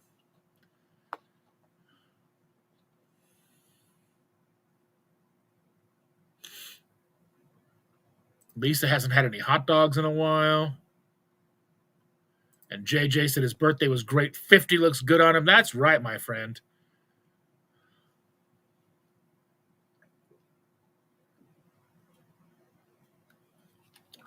I'll be 50 soon enough.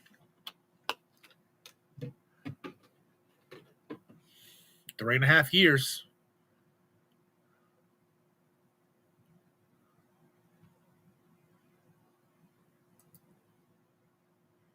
And Andy says, hey, Lisa, she's sitting here right here with me. We're waiting to take showers, have lunch planned with friends before leaving for home.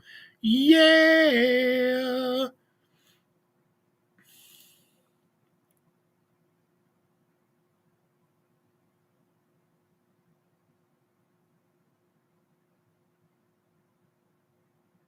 I love it, ladies.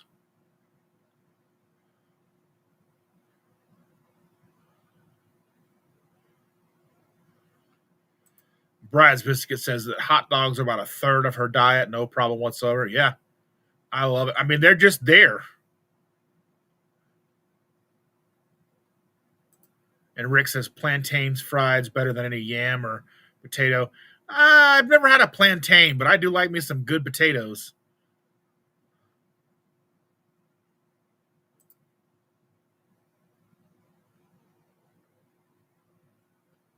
Andy talking with Lisa.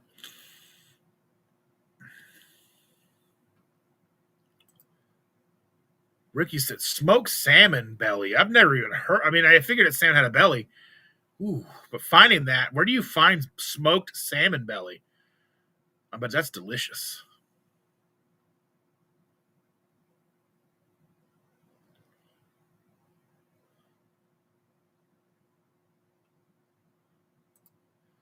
And Bride's Biscuit says, my daughter gets clothes here. East Coast at Salvation Army, always just a fraction. Yeah, but most of those places, they're not trying to be super profitable like Goodwill. Goodwill is a not-for-profit, but that doesn't mean they don't make a profit. Most of their core tenants have been kind of tossed out the window over the years.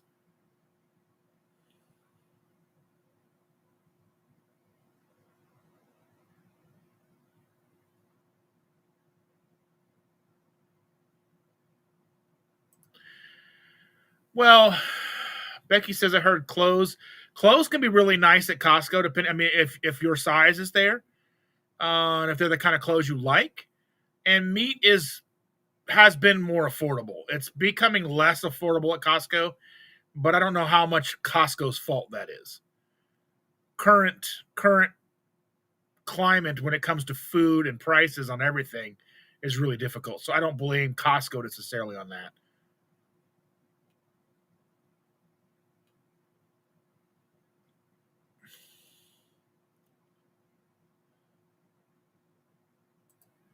Lisa says, be right back. Somehow my coffee disappeared and I need a refill. Refill, like Ricola.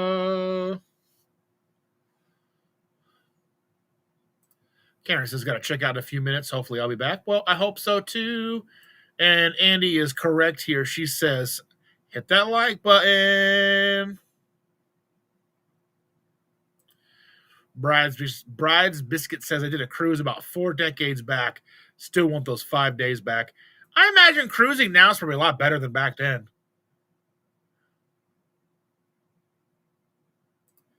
And JJ says, Steak and Butter Gal posted a video on ways to prepare sardines, but I haven't watched it yet. I got a stockpile of sardines for a fast I'm going to do eventually. Yeah.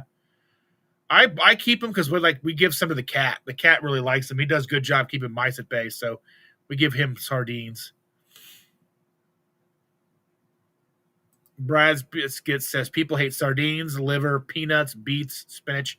I'm not a fan of spinach, beets, liver, or peanuts are okay, but I like sardines with a little bit of mustard.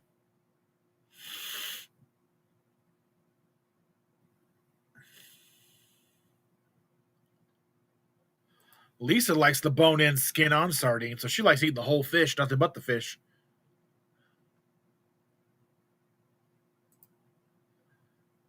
Steph said that Dr. Boz had her try sardines at KPL 2023. I didn't hate it. Yeah.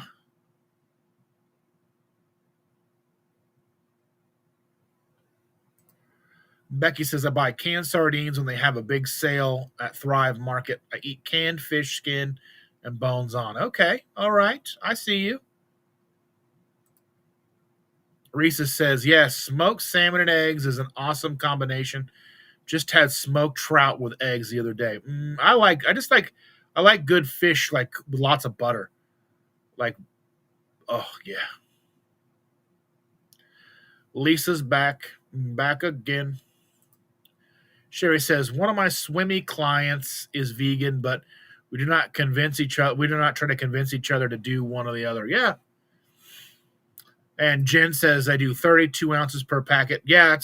Yeah, I mean, I try to do that, like whether it's 30, 32, 28 ounces, whatever. I mean, my shaker bottles are all 22 ounces, I think.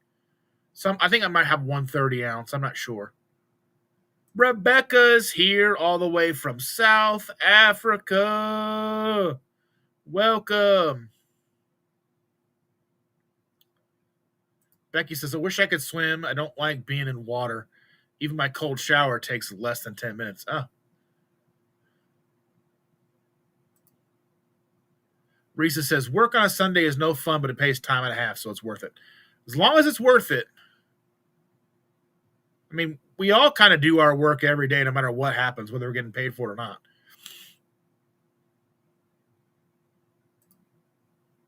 Becky says, I've recently discovered Canadian bacon. They look and taste like ham. Are they ham? I think they're just ham.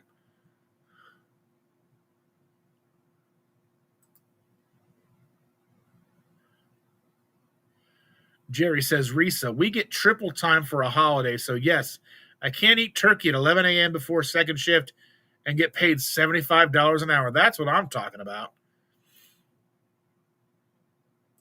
Time and a half after 40 hours, double time on Sundays.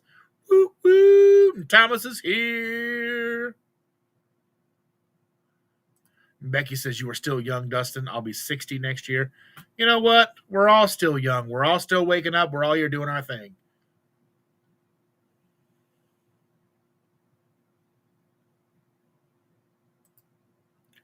And Ricky Lee says, I didn't know about your Amazon page. I'll check that out. Yeah, I try to curate things. I try to put books in there and like items that we use, whether they're like air fryers or stuff like that. But you don't have to buy those. Even if you click on one of those things, you just go in and like for 24 hours, I think, if you click on my link, anything you buy within that 24 hour, I get like 1% to 2%.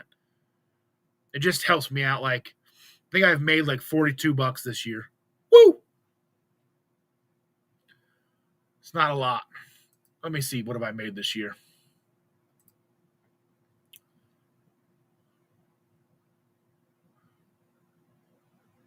I made $3 almost in the last couple of weeks. Let's see.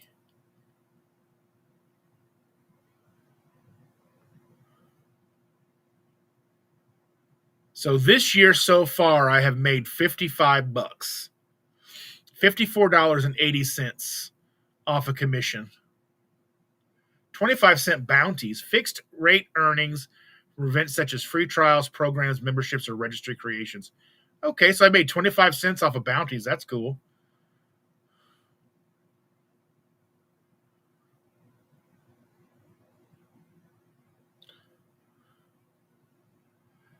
Yeah, I'm not making much money. I made $1 in January, 41 cents in February, $1.67 in March, 52 cents in April, 26 cents in May, 34 cents in June, $1.59 in July, $5 in August, $41 in September, and $3 so far in October. So it's not a lot of money, but like, I mean, every little bit helps, right? So I appreciate you guys clicking on my links and buying stuff.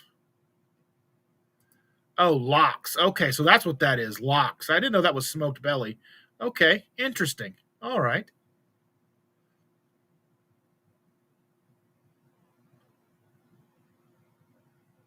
Risa says, Jerry, I haven't seen anything in my notifications from your channel in a while. I just checked. YouTube unsubscribed me. I resubscribed. Jeez. That's weird. And Evelyn says, for all ways to support me is the link tree. That's right. Or just ketosimple.shop works fine. That's easier to remember.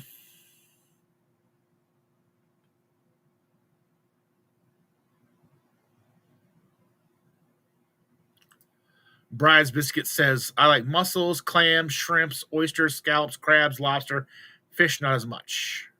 I like all the, well, I'm not a big fan of like clams and mussels and oysters.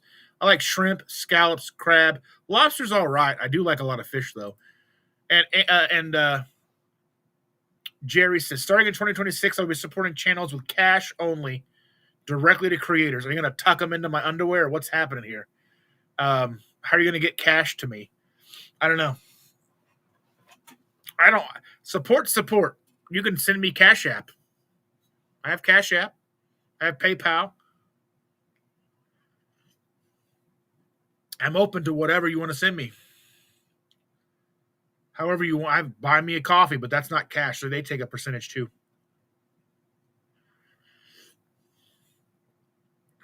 I appreciate any and every support. I appreciate you just being here on Sundays. Ricky Lee says, I ordered the cocoa mix bag. All right. I love that.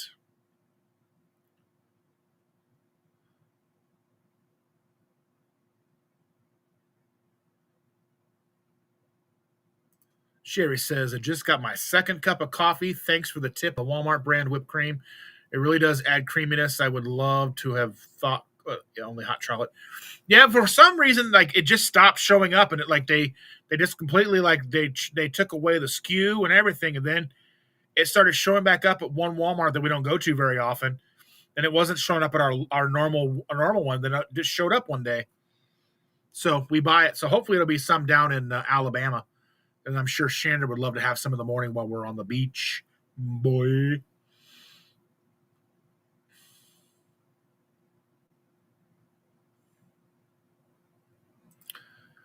North Dakota Carnivore got a new coffee cup, heated. No more unexpected cold coffee. That's crazy. So, I mean, I put boiling water in this with my So for years and years, we used Nespresso machines. We had 6 Nespresso machines. I believe 6 Nespresso machines over about 8 years. And we were having Amazon deliver us pods like every 3 weeks. And then eventually we just had to get those stopped because all the machines just died. And I started using the Nescafe Gold espresso powder and a tea kettle. Like literally our espresso machine died, so I popped the tea kettle on the stove, poured it, made it, and Shannon went to work with that, and she was like, it's the best. It's better than it's better than Starbucks coffee. Like in here, I've got my Nespresso, the Intensi, the intense flavor, the intense one with butter and heavy cream. This is basically, I've had to cut back on some of the caffeine. You know what I mean? Like this is 4 shots of espresso in here. Used to do 6. I had to just start dialing it back a little bit. Just dial it back just a little bit.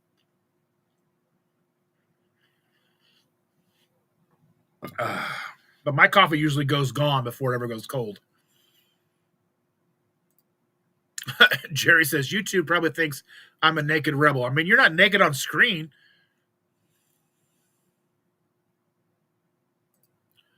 And Jerry in the middle of the forest says, I unsubscribe peeps did unsubscribe peeps for me. And Jerry goes, I have your address. Oh my goodness. I mean, you're going to start sending cash to my P.O. box. You're just going to open it up and it'll be like bricks of cash. I mean, that would be cool. Like, oh, look, Jerry sent 10K. All right. I didn't even know you were rich, Jerry. That's awesome. You're so sweet. Andy's asking, when does Dustin leave for his cruise? What cruise? I'm not going on no cruise. We are going to Alabama this week, though. But no cruise.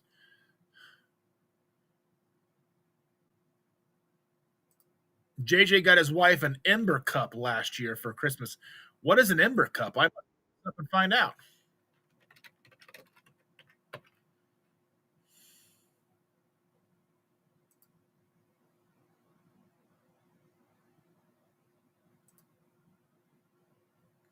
A 14-ounce Ember Cup is $100. That's crazy. Woo!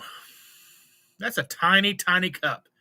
That's a very, very tiny cup. But the mug itself is heated? That's weird. I'm into it, though.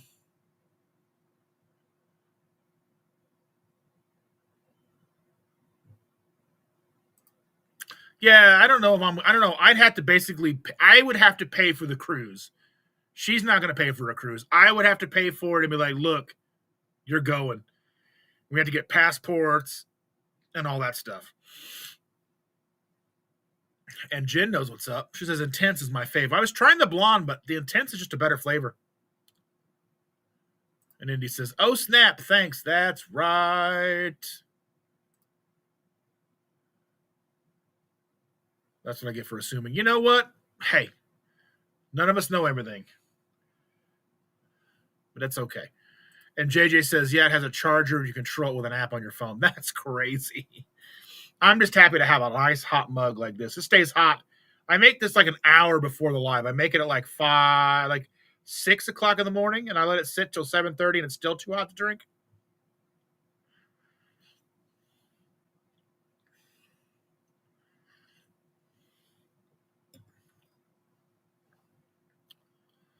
Yes, yes, indeed. I do need to check and see. If I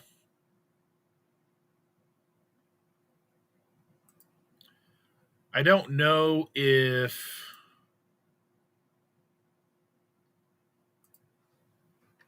we'll find out in a minute if Coach Bronson and Nat are going live today, because I know Nat was in Las Vegas.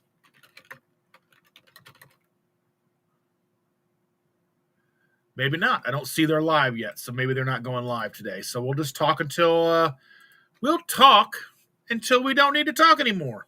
We'll be here having a good time.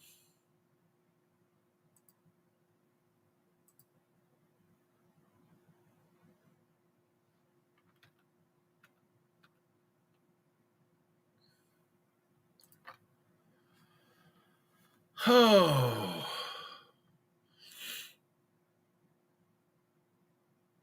And Sherry says, I have been listening while cleaning house. Sat down, big mistake. Now I'm so tired. I feel that. I'll be hard pressed to not nap when I get done with this live. And John says, I love when I go to church and return home and the live is still going strong. We do it just for you, John. We're here for you.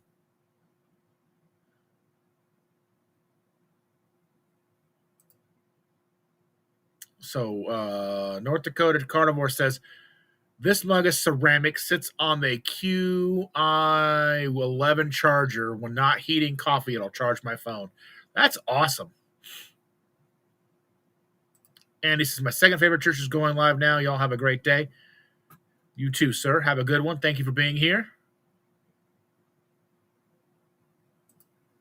And Thomas says, wow, you can buy a house for that. I love it. Oh, my goodness.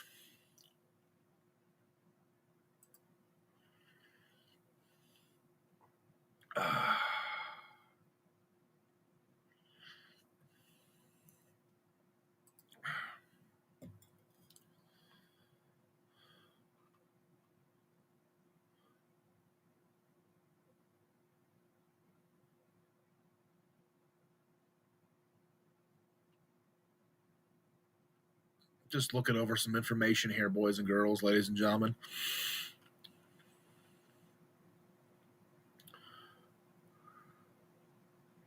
So here's a question for you guys.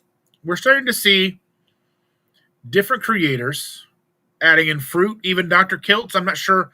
I haven't really had a chance to talk or to see what Dr. Kiltz is talking about, but I'm curious to see, do you think we're going to see more carnivore people kind of adding more things into their diet, or do you think it's going to be, or is it more of a, what's the word I'm looking for? Do you think it's going to be widespread, or it's going to be, kind of a few and far between type thing? And North Dakota Carnivore says, I love the Dunn Brothers Papua New Guinea Western Highlands coffee. Probably the best flavor and smoothest I've ever had. Realistically for us right now, just having a smooth, consistent, easy to get coffee, that's just in the espresso powder is great. Just finding it on sale is the biggest part, because when we started buying it was like $6 and something a container. Now it's almost $10, so it's kind of getting up there in price.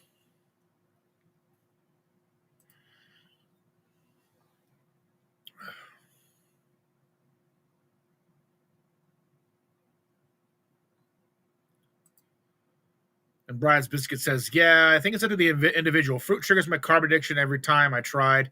Maybe in a year or two I'll try again, but not yet. Yeah, realistically, I think that's just where it is. You have to understand who you are. You have to understand your triggers. Understand all those things, because that's our job, to understand who we are. That's the whole point, I think, of this lifestyle, is really digging in and finding out about ourselves. That's one of the big things that I've come to understand with this way of life, is the fact that I have been able to dial in, get to know me, get to understand my food addiction. Because when you're in the midst of food addiction, you don't really truly realize how addicted you are. Like, I should have realized it.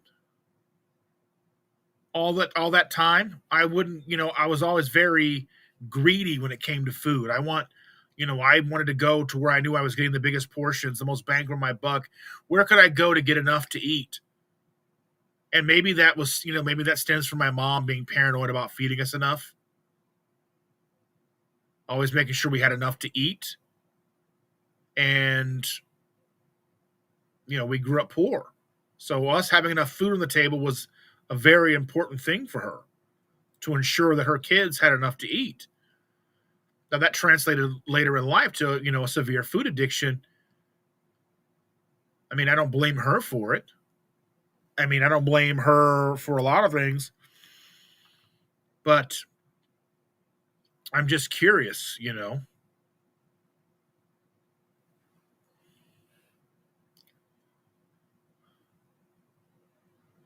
Yeah, Lisa said Coach Bronson's no lie. They're selling on Facebook. Eva Lynn says, I can't say what others will do. I'm sticking with keto. It keeps me infection free and able to work 100%. Keto really truly saved my life. I was planning my funeral when it changed over. Yeah. Kilts added fish. The way they made that talk is like he was making huge changes. But the one thing about Kilts that drives me nuts is like, I don't know what it is about him eating raw steak on camera. I'm like, that just makes you look nuts. I get it. It's whatever, however you look at it, but it just seems crazy. And Brian's Biscuit says, same. When I tried fruit, I kept thinking about it for days and constantly getting the second piece or third handful. And I have questions about that, though. But I wonder, like, ancestrally, these cravings that we would have for things like fruit and things like, I would say if you're going to add fruit back into your diet, only have in the house what you need to have.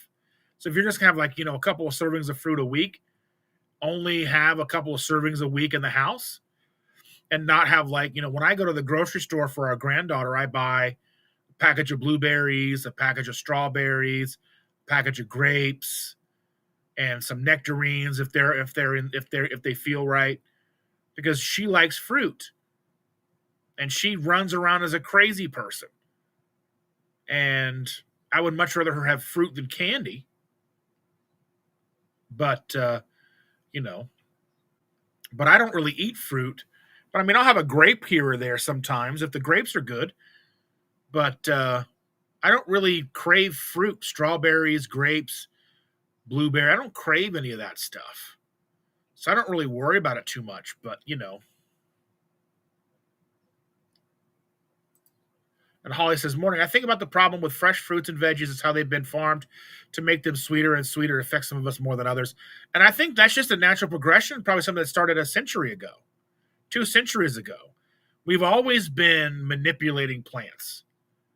It's not genetically modifying in certain aspects. Some of the plants, some of the corn and the wheat and that have been significantly genetically modified, but most of the fruit, how we get seedless grapes and seedless watermelon, is just cultivation. We get a plant that has things that we like seedless grapes. So we start taking pieces off that and adding it to new ones, and we just keep making more and more of those. You start cross-breeding apples to get apple strains that you like. I don't necessarily even think that fruit sugars are even now that bad for us within reason. But I mean, the problem is I've never been a person to sit down on a regular basis and eat 8 apples.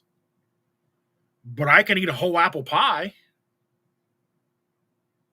So I think the difference between apples and apple pie or apple crisp or something like that, completely different things. Sitting down and eating 10 apples is something that I would never do. But I could sit down and polish off a pie. So I don't necessarily think fruit is me sitting down and eating an entire container of grapes is highly unlikely. Not to say that some of you probably wouldn't do that. but like I could eat 6 peanut butter and jelly sandwiches. You know what I mean? Like I just see like it's like the idea of the fruit in of itself. Even like when we go to the apple orchard once a year and we find like the sweetest apples that are in season, you have like an apple or two and like it's so sweet and sticky. Like I'm just like meh. But I also think like I'm also like in a manner like I know I don't need that apple for survival. If I was walking through that apple orchard and I had been not having anything to eat for a week, and I'm like, look at all these apples. I can eat for a couple of days now. I can pack a bag and just eat these apples till I can find some meat. That's a whole other story. But like I said, just for me, like the idea of fruits doesn't really do it for me. There's always fruit in our fridge. I mean, there's always a bag of like the little cuties, like the little tangerine things. Now, those I'll have every once in a while. But even those, like if I have like one or two, they're tiny, like this big. You know, like they're little. You just peel them and just little tiny pieces. Even those, like you eat one or two of them, and like I couldn't eat more than 2 of those. And like I don't even have a desire. I don't know. There's a like 5-pound bag of them on the counter downstairs. Like no desire to eat those. There's a bag of Tostitos in the pantry. I think about those, or some ramen noodles. I think about that. I just don't have that drive to eat fruit.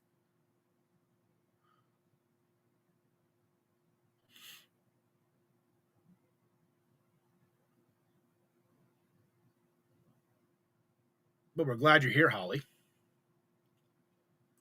Bride's Biscuit says, I believe once a year or 2 weeks, we ate fruit until every piece was off the bush. Let's see, fattened up in winter and moved. Yeah, I mean, realistically, we ate whatever we came across. If you came across like a blueberry tree, you'd eat all the blueberries off the tree. You came across an apple tree, you'd take apples and eat them and try to preserve them, to have them for wintertime, drying them out, whatever you need to do.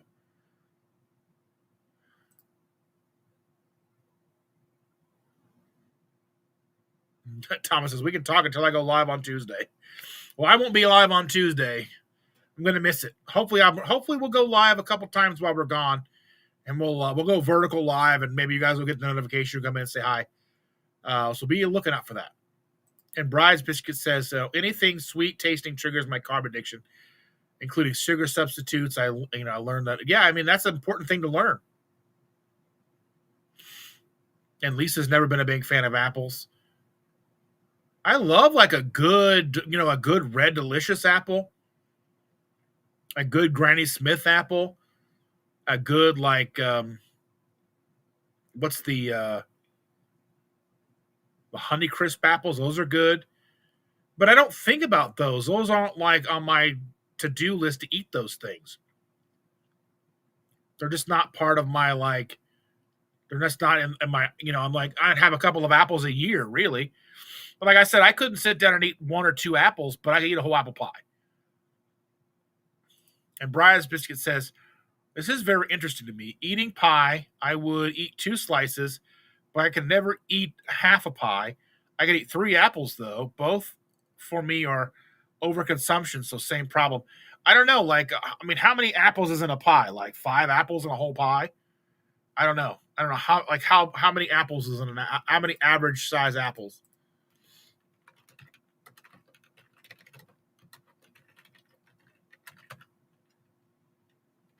So a standard 9-inch apple pie typically requires 6 to 8 medium-sized apples. Yeah. A 10-inch apple pie may be 8 or 9 apples. So yeah, like I couldn't eat like 2 or 3 apples, but I could eat a 10-inch pie and some ice cream. That's the crazy part about it, right? And Maritza says, I'm back having my first cup of coffee with caramel vibes and butter. Yeah. That sounds delicious. And hanging out with Jen says, I've always been more of a fruit and veggie person. Even as a kid, that way I never was a sweets person. I go back and forth. There's like sometimes I really crave chocolate. Sometimes I really want ice cream. But I mean, there's times where like I'll eat broccoli every day for a week. Just butter, broccoli, maybe some onions in there, some garlic. Overly buttered broccoli is delicious to me. Then always the staples like pizza, chicken nuggets, macaroni and cheese, corn dogs. Those things, those are my vices. The cheap, overly processed, highly palatable foods. I could just eat and eat and eat and eat.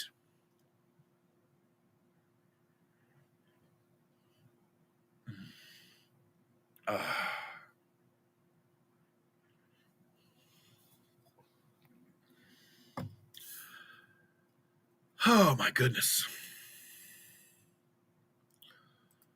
And Brian's Biscuit says, either way, always becomes too much carbs for me. Yeah.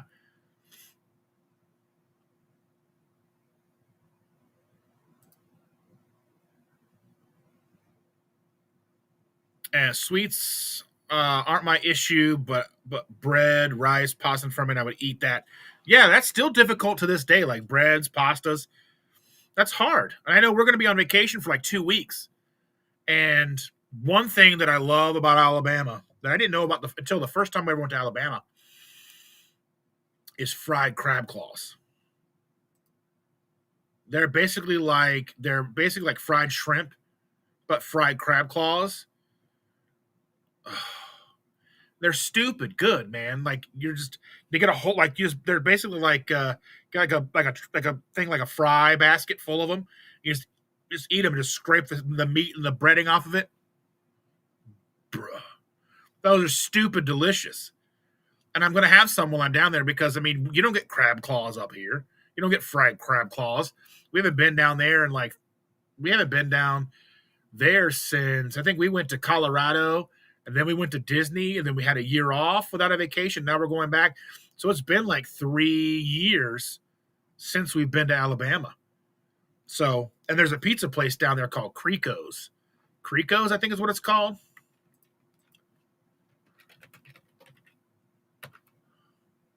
Yeah, Creco's Pizza and Subs. It's some good stuff. I don't know. And we'll probably have that. That's good pizza. I know they put this fresh garlic on it. It's so good.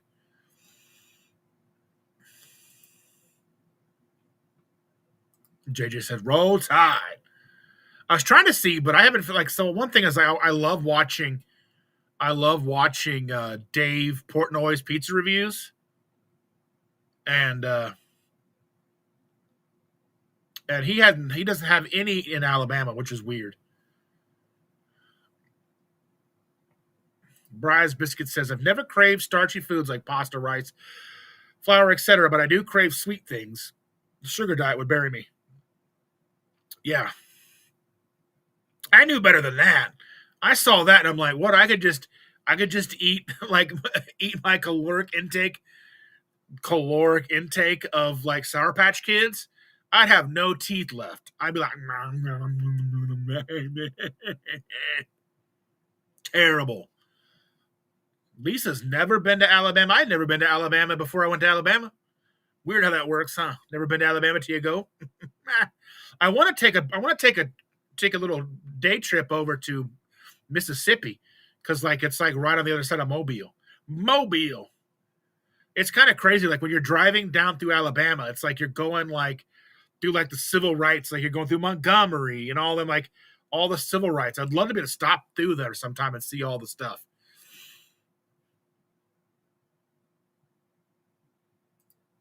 Evelyn says, are you taking an air fryer or Instant Pot with you? No, because my air fryer is disgusting. I need to pay someone to clean it. Because I'm not. I need to pay somebody. I'll pay someone like $20 to clean my air fryer. It's gross. I need to pay someone like $20 to clean my air fryer. Let's see. Are you planning to go out every meal? Well, we have a full kitchen. So we're going to go to Walmart and buy stuff. And there's pots and pans and stuff. And we'll cook whatever. I mean, we're going to go out to eat and I mean, there's like a cafe in the building where we are. We get French fries and that kind of stuff, but we hope we won't eat too much of that stuff.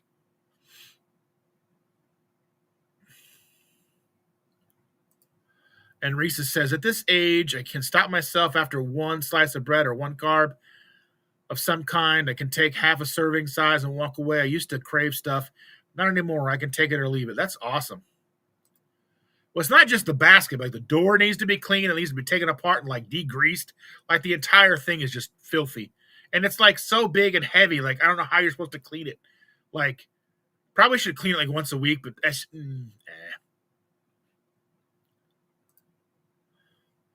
Risa says, I've driven through Alabama, but never stayed for any amount of time. Would like to on our next road trip, whatever that will be. I mean, it's like you're driving through Alabama and like it's kind of interesting, like it's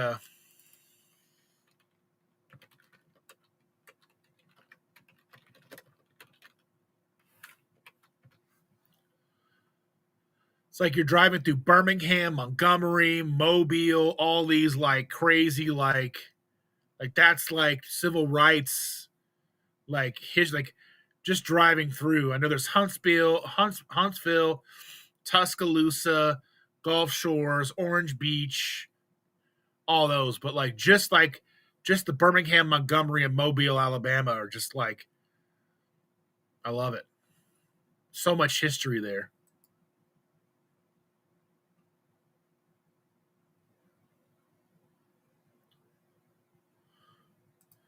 I'd like to go over and see Mississippi.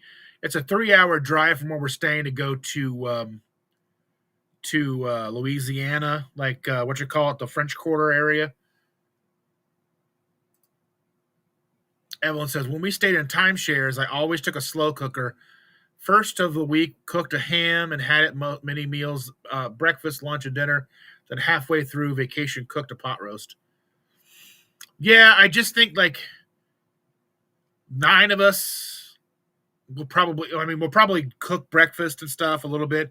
I'm going to try to not be crazy with the food. I want to just be outside and enjoy myself and not be weighed down.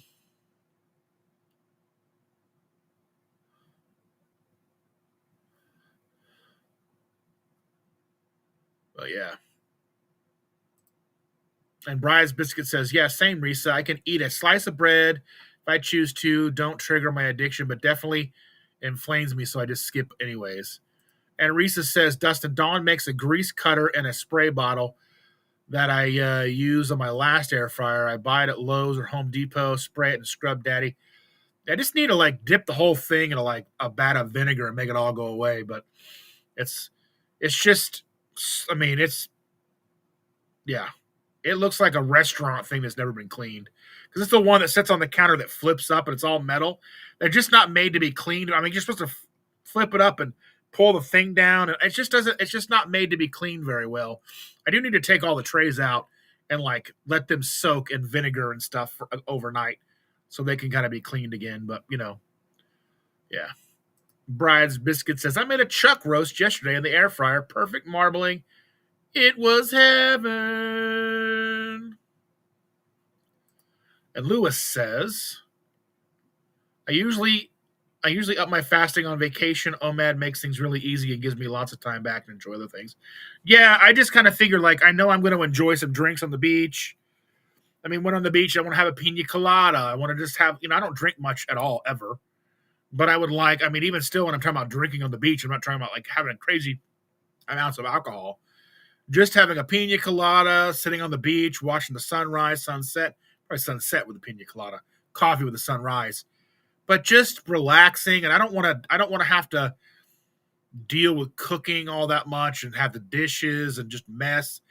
So I probably don't really care to eat all that much. But then, like, if we go out to eat, we'll eat or whatever. Yeah, and there's some places there's some cool places with like milkshakes. They do these crazy milkshakes and stuff like that. That's the kind of thing like for me, like vacation's worth it. But we'll have to see.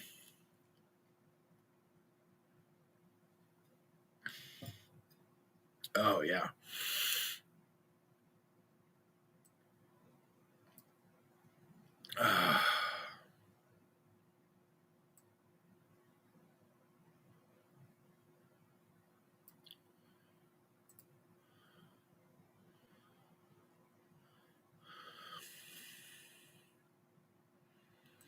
And Brian's Biscuit says that I can never eat enough under OMAD, but I still do it every once in a while to extend fasting or squeeze some more autophagy out.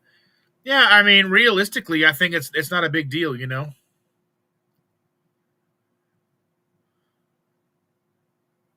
Because I don't think we necessarily need to eat that much every day. I don't know. JJ says, my sister gave me a beef tenderloin filet mignon for my birthday. Any suggestions on how to cook it? I only have a countertop oven, Ninja Food XL grill air fryer, and an Instant Pot.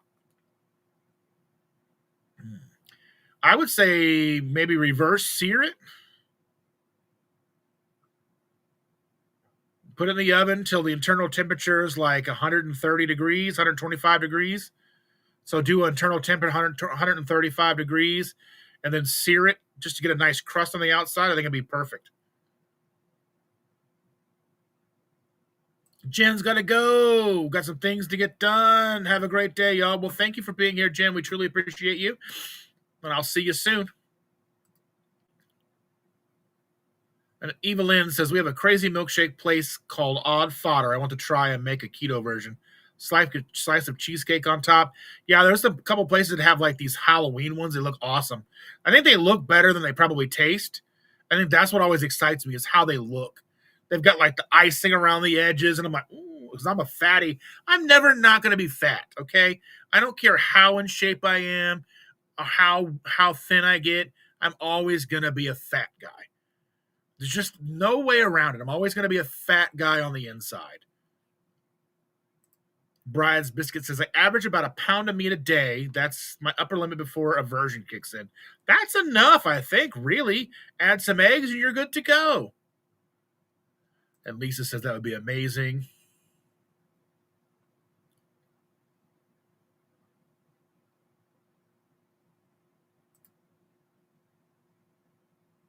And Ricky says, do you have any of these items on your Amazon? Malden smoked sea salt, slap your mama Cajun spice, iodine drops. Asking because I'm low on these. Just go in and just buy whatever you want under my links. And anything you buy, I get credit for. Once you click the link, for 24 hours, you buy whatever you want, whatever you're going to buy anyway, and then I get a little kickback, 1 to 2, maybe 3%. So if you need to stock up on Malden smoked sea salt, slap your mama Cajun spice, and iodine drops, just click my link and put it in your cart and buy them, and you're good to go. It doesn't have to be in my list, but I'm sure I do have iodine drops in, at least I have the Lugol's iodine in one of my things, but you don't even have to click on that to buy it. You just buy what you were going to buy once you click on the link. That's all you have to do. Yeah, and Evelyn's saying that. Yeah, once you click on the link, you buy anything you were going to buy anyway.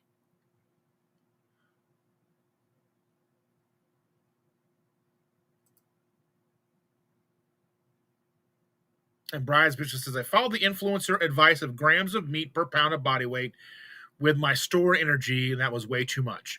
So really what we're talking about when we're talking about grams of protein per body weight is like actual grams of protein and not grams of meat. So like say if you look at, let's see.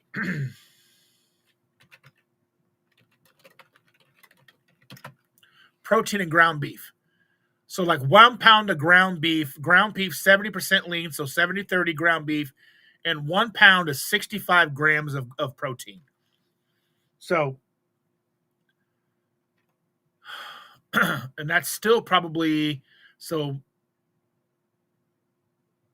let's see. So 65 grams of protein per 1 pound of 70-30 ground beef. So that's 1 pound. So that's 453 and a half grams of ground beef for 65 grams of protein. So that's like 65 grams of protein. So 1 gram, so 1 to 1.5 grams of protein per, was it kilo of body weight or what they're saying? Was that what you're saying? I think it's per kilo of body. So I mean, really, it's just a starting point. These people that give advice, that's really should be more of a starting point and not so much like the actual calculation. Because when we're looking at, let's see, because if we're looking at the daily protein ranges here, so a person that's 154 pounds should have 56 grams of protein a day is what they're saying. But then into perspective, that's at 0.8 to 1 gram of protein per kilogram of body weight. But realistically, older adults to prevent muscle loss could be 1.2 to 1.5 grams per kilogram. But I mean, really, you dial that into you. Where should you be to get that? So, I mean, if you need 56 grams of protein a day, that's about a pound of normal fattier ground beef. That's if you're 154 pounds. But someone like me, I'm 300, like that's of lean body mass, I guess. I don't know, really, but it's all about dialing it in. You know, an active person, 1.2 to 2 grams. Older adult, 1.2 to 1.5. You know, people on calorie restricted diets up to 2.2 grams kilogram are beneficial for preserving lean mass. Just a matter of what is it that you need? How do you break that down? I don't think there's any one precise number that anybody's going to give that's going to fit everybody. So people will say things like, 1 gram per 1 kilogram, but you may need more than that. So I'm not here to give advice. I'm here to give ranges. What works best for you. And Brian's said the calculation was always way, way north of a pound of meat. And that for me was too much, usually close to 2 pounds. It's like, I think that's acceptable for low body fat, lean mass, metabolically healthy, active folks. I think, but the idea of protein is meant to be like, protein builds the body. Protein keeps you from losing body mass. Yeah, and it's a wide spectrum. I think maybe sometimes you probably need more protein. Sometimes you may need less. And I imagine there's probably even a cycle, like a cyclic, certain times of the month you may want more. Sometimes of the month you may need less. Some days you may have 2 pounds of meat a day. Some you may have less than a pound. But I mean, you could even break that into 2 meals a day. That's not that big of a deal, really. I don't know, I don't think OMAD is for everybody. If you're someone like Sean Baker and can sit down and have 4 pounds of beef, sure, OMAD works great for you. But if you're a smaller person and, eating a pound of meat at a sitting is impossible, OMAD's probably not for you.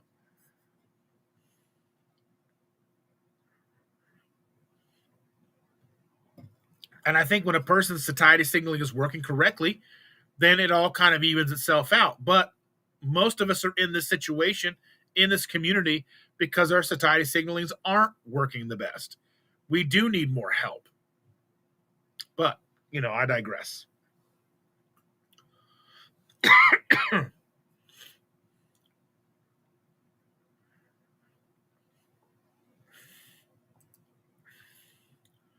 So there are currently 46 of you watching across 3 platforms.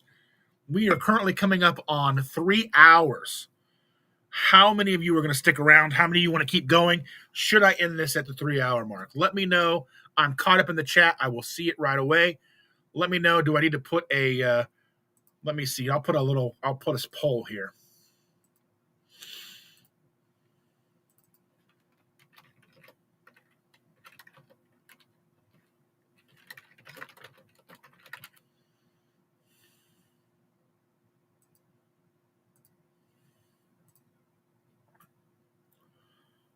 There we go. Keep going longer than 3 hours, yes or no? Let's go.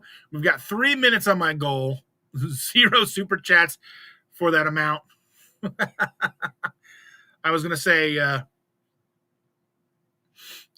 had a goal for 3 hours to try to get some super chats because I won't be here for 2 weeks to keep going live, but we didn't reach that goal. That was a lofty goal.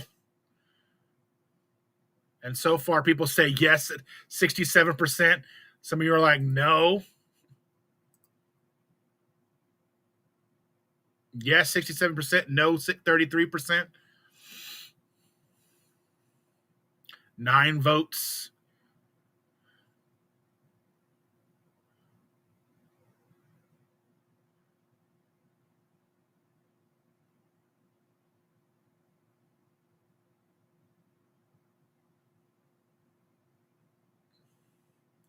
I don't know, Ricky, if there's a promo code or not. I just know if you just click my link in ketosimple.shop and go to and look at the Amazon. Just go to one of the Amazon links and just buy whatever you're going to buy. It'll kick me back. Like a buddy of mine went and bought some camera gear the other day, and I got like $3. Somebody bought a laptop. I got like $36.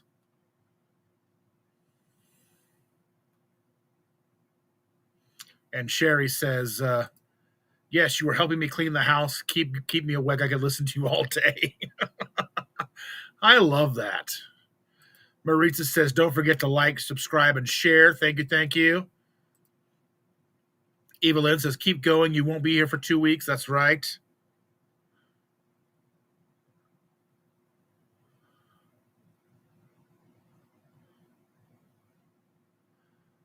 Really? Sean? You are crazy. Sean Bradley for $100 super chat. Are you crazy? You're going to make me cry. Oh, my goodness gracious. You and Chandra have a great vacation. OMG. I can't believe it. That's crazy talk.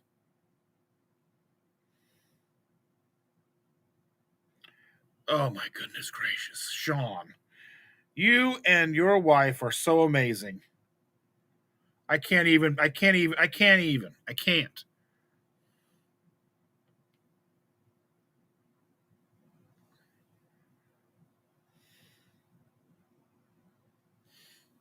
You're amazing.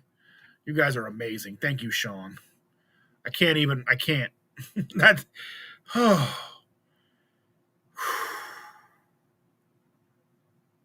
Sean. That's from Sean, too. That little Disney lamp. I got to get it plugged in. I don't know how bright it's going to be, but that's amazing. Ricky's amazing. That's amazing. Oh, my goodness gracious. So I guess we're going past 3 hours. Oh, my goodness.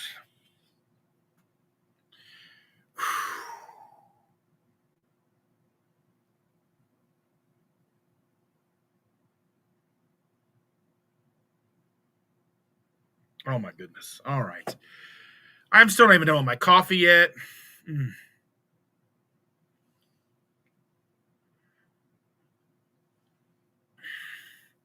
Oh, my goodness. Everybody.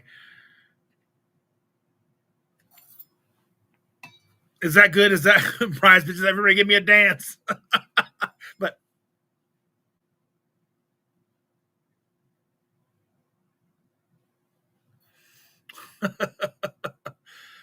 oh, my goodness.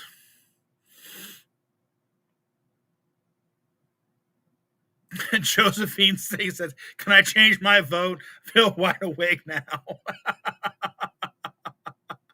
Balloons.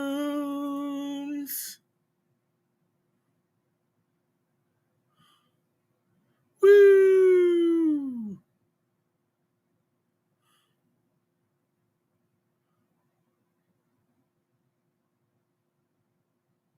And falling hearts. There's hearts for everybody.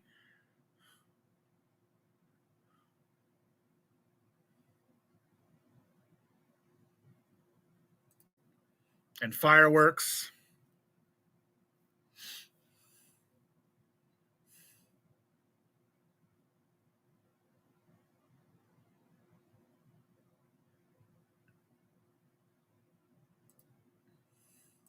Evelyn's right. Tears of joy. Like, oh my goodness. Like, can you feel the love tonight? Oh. Oh.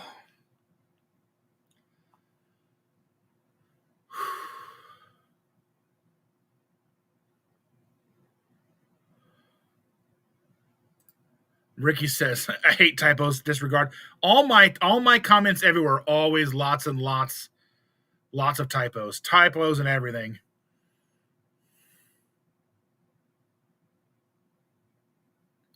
Well, Lisa, you have a great day, dear. I hope you're feeling better, and I can't wait to see you when I get back. She's got to run.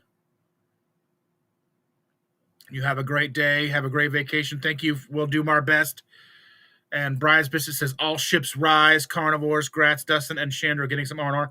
We need it. I know, like, And to be completely honest, like, we live a very blessed life. Like, she and I get to spend a lot of time together. She works her 3 days a week, and then I'm here at the house doing everything all the time. Like, I do I'm doing the housework, stay at home, do the stuff. I do this. I'm doing the coaching classes. I'm doing laundry and dishes and running the kids around and doing anything and everything the kids need, the house needs, the shopping, the grocery shopping. I do all of it. And but Shannon and I, we get a lot. We're very blessed to have an opportunity to spend a lot of time with each other. And I'm blessed to be able to do this channel with these lives, and hopefully when we get back from vacation, open up some time for myself to make more content, more videos, because I'm itching. I've got a lot of great stuff to make. I want to make more content. So, all that stuff. And then blessed to have you guys in our lives. You guys make this without you guys, really, without you, there'd be no reason to do this. I would still do it. Even if one person showed up every Sunday, I would still do this. I wouldn't go for 3 hours, but I would still do this, because putting this content out there, putting out, my stories, whether they are failures, successes, whether they're embarrassing, on whatever each week brings, needs to be talked about, because so many people go through these same things. And you guys in the chats, you guys coming in here and telling your stories, your wins, your successes, your failures, your setbacks, the things that you struggle with, the things that you figured out along the way, go a long way. That's why I do what I can to make sure these chats stay in these lives. I don't edit anything after the fact. Everything stays as it is to the best of my ability.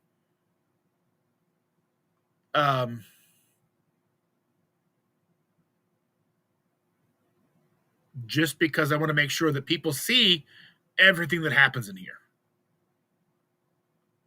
I don't edit out mistakes. I don't edit out when I'm talking and the camera's not on. I don't edit out if my microphone gets muted. I don't edit out any of that stuff. I leave everything as it is, because people who come and watch the replays deserve to see everything that's going on.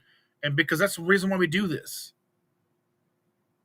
Week in, week out, we do this because we want to make sure that people find us that need us. And we've got great people in here every week. Josephine and Bride's Biscuit, JJ, Evelyn, Sean, Andy, Cindy whenever she's here, Ricky, all these people, Rick and Sherry Maritza, all these wonderful, amazing people in here every week, sharing and chatting and talking and making sure that people understand that this is the real world. This is obtainable. What we do may look different for each of us, but it's all reality. We all do what we need to do. And Ricky says that carbs do lead me to crave more carbs big time, but it's much easier to stay away the longer I'm carnivore. Yeah, for sure. Sandy Blythe is in the house. Good morning, Sandy. Glad you can make it. So glad you can make it. Yeah, and Bride's Biscuit says it does get easier. It really does get easier. If it'll click up here for me. It does get easier. When we first started, just walking past the cookie aisle in the grocery store was a painful endeavor. Like, the longing for those cookies. Seeing, because the way ours was set up, you'd walk down the main aisle, like there'd be separate, like the food aisle over here, and then like the merchandise stuff over here or whatever. Or like the baby food and baby formula would be over here, and you're walking over here, and you come out or around, and there's like the cookie aisle. Right on the end cap is like all the Oreos. And I'm like, oh, why can't I just have some Oreos? Those are so yummy. I want Oreos.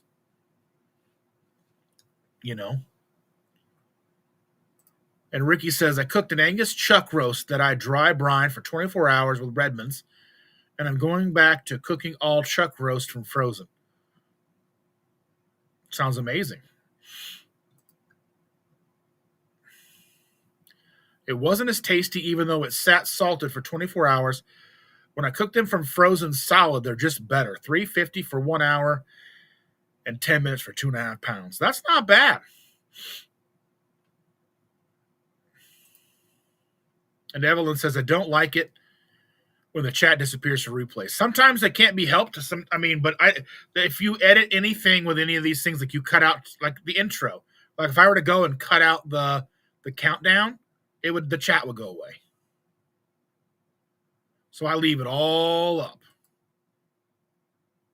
And Evelyn says, "Ooh, bacon is ready."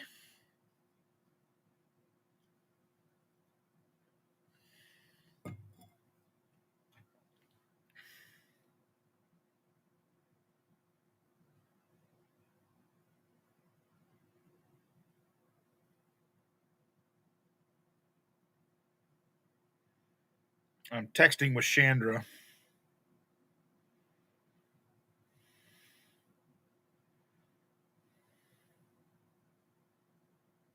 There we go.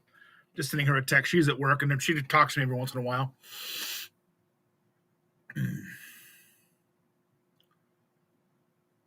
Bacon is ready.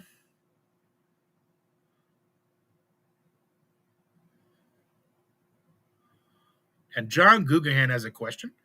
He says, "Hey, I heard from a distance. Did you say no live for the next 2 weeks?" Well, we are going to be on vacation, so there'll be no Sunday live for 1 week. So no Sunday live next week, but there will be no Tuesday live for the next 2 weeks, as we will be getting to Alabama on Tuesday, and we will be staying through next Wednesday or Thursday. So we will be not doing Tuesdays, but I will have one Sunday where we don't have a live. But I get back on the 25th is a Saturday. We'll be doing a live with Helen. And then the 26th is a Sunday, and I'll be doing my Sunday on the 26th. So the Sunday morning live will return on October 26th. But lives will return to this channel on the 25th, which is a Saturday. But I'm going to probably try to throw in a couple of impromptu short little lives or whatever, trying to set some lives. They'll be impromptu. We're not going to set anything up. So make sure you have your notification bells on. Make sure you're subscribed, get your notification bells on so you know when we go live. Yeah.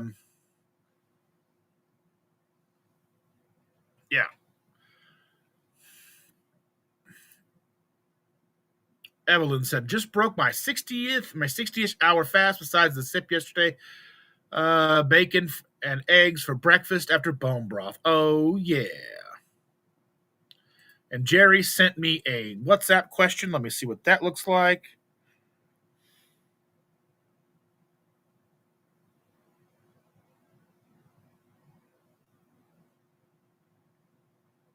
Oh, you are so sweet, Jerry. Thank you so much.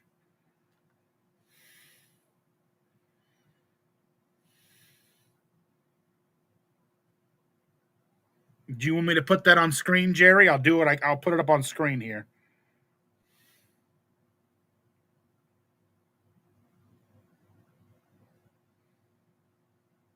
I think I've already just got to move it over here. Let's see.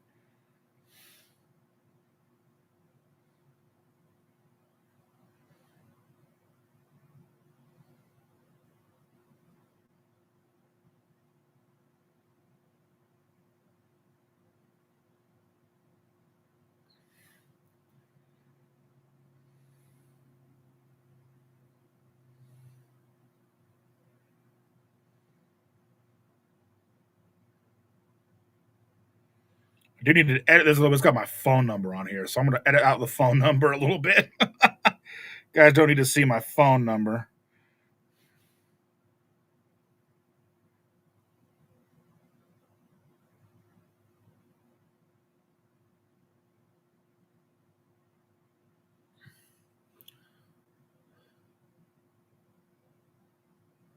Ricky says, "Don't ever buy the Amazon brand instant coffee." Don't worry, I wasn't planning on it. John says, "What will I do next Sunday morning?" I don't even know what I'm going to be doing next. Probably watching the sun come up over the water. I don't know. I do not know.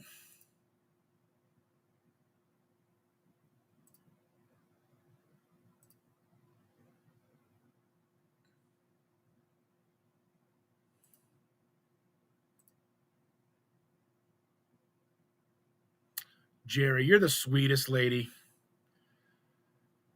So Jerry sent this to me. I'm going to put it up on the screen here real quick so you guys can see it. I did have to mark out my phone number just so you know.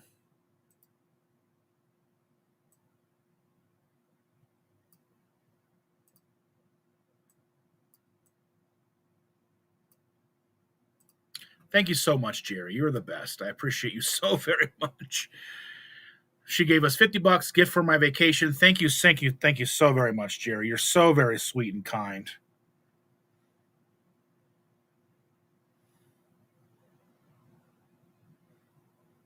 So very sweet and kind. I appreciate you so very much. You and Sean both are amazing.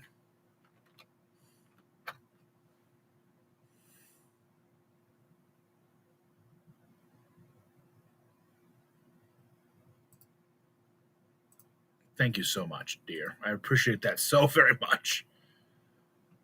It says, no fees, Louise. Woo!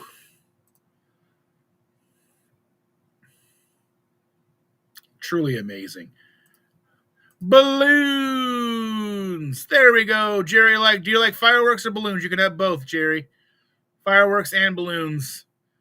Maybe star confetti.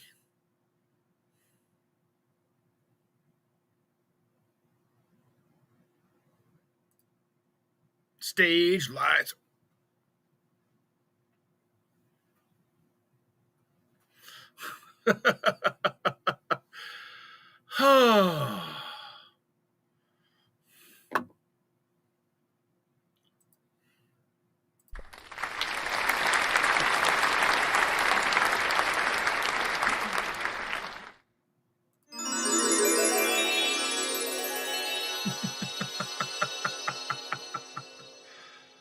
Oh my goodness.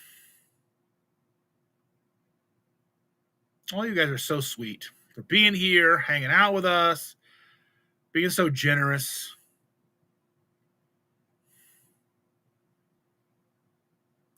Indeed, Evelyn. Indeed. You're special, Jerry. We love you.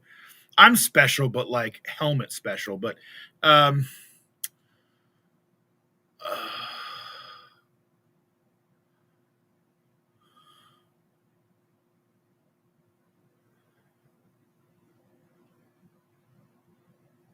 and Sherry says, if I had money, I'd be throwing it all of you that I follow. And that's the thing is I never want people to think that they, like they need to, I mean, we appreciate it so very much. But, like I don't have money. I subscribe to certain people and I have some memberships with some channels and stuff. But I don't have, like, there's so much I wish I could do with money.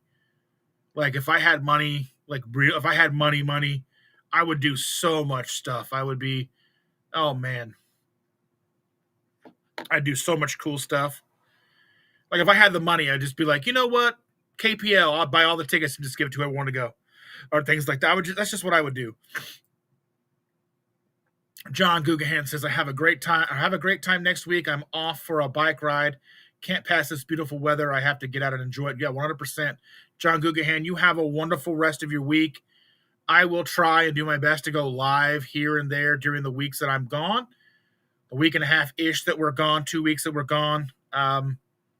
So just keep that notification bell going, and I'll do my best to pop in and do some vertical lives. And Ricky Lee says, enjoy. I'm going to roll. Enjoy your vacation. Everyone have a great day. Thank you so very much. You have a wonderful day, too. And Jared's doing laundry. Still listening, though. I love it.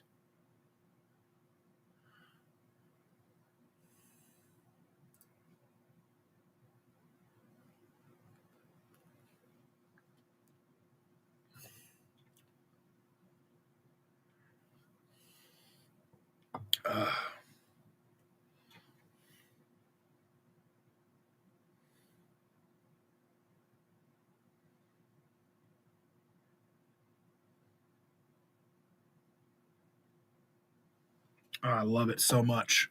And I'm excited because it's spooky weather time outside. Go out, listen to some Typo Negative, listen to some October Rust, some Bloody Kisses. Just Peter Steele's got that Halloween voice. Jerry says, "Oh, sweet time for some insulin shots."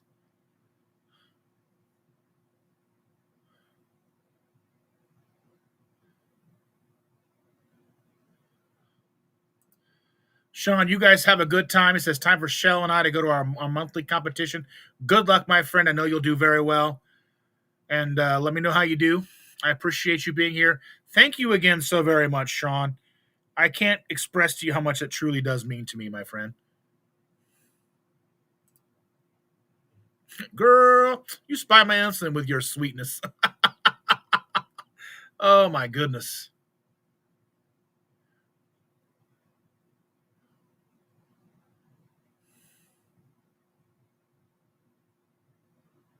And Brian's Biscuit says, Peter Steele was a friend back in the day. I miss you, Green Man.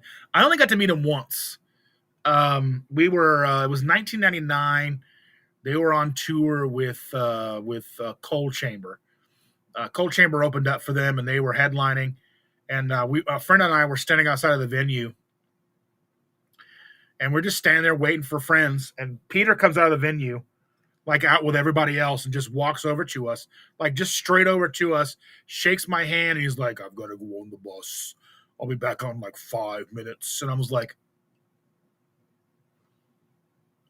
the dude's ginormous, so tall. But it's like the perfect time to sit back and listen to October Rust and Bloody Kisses and enjoy the Halloween. Little Black Number One.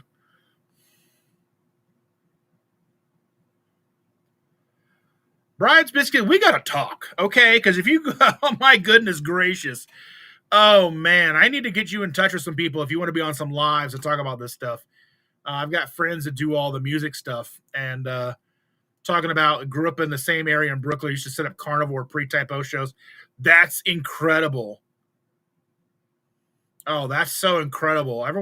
I say everyone knows about carnivore, but if you're a Type O fan, you know about carnivore. That's amazing. I truly love it. I'd love to talk more about that stuff with you. Like I do these lives where I talk with guys that were roadies in the 70s and turned into tour managers and worked for the biggest acts in the world. And we talk about the rock and roll rowdies and all that stuff.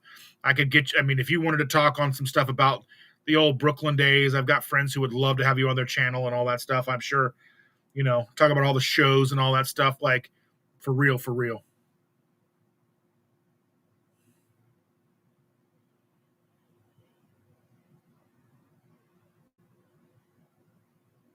That's so amazing. Oh my goodness gracious, man. Have all the old flyers, used to canvas for them. That's amazing. I love that. Like to be back in that area, like especially back in that time when like Beastie Boys and all that stuff, like back in New York days. Oh man. That'd be so cool. I'd so nerd out about that stuff. I only got to see Typo one time. I wish I could have saw him more. But yeah. Man. Peter always seemed like such a really nice guy too. So yeah. And then there's like Sean Kinney, I think. Sean Kinney. I gotta think and see like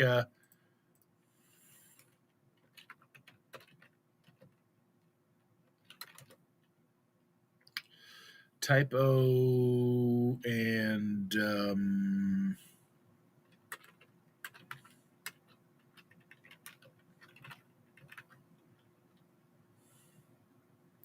the Sun Don't Shine, members of Sun Don't Shine. It's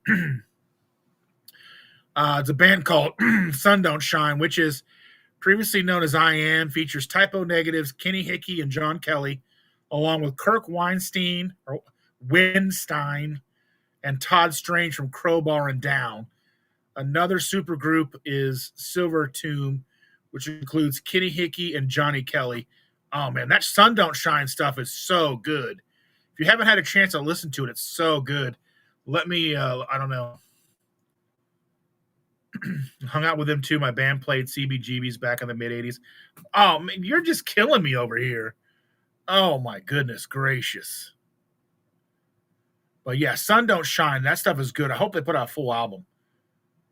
I've seen Crowbar. No, I have not. I haven't got a chance to see Crowbar in person yet.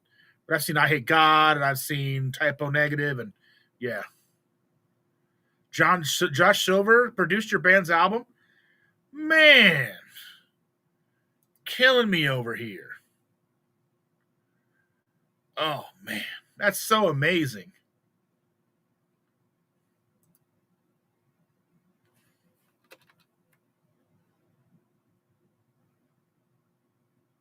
I would have loved to have gone to see like some of those early White Zombie shows too. But I've seen like footage of like this White Zombie like was one of my favorite bands for a while. And I would just love to have seen them live. They came out of New York. That art punky metal scene.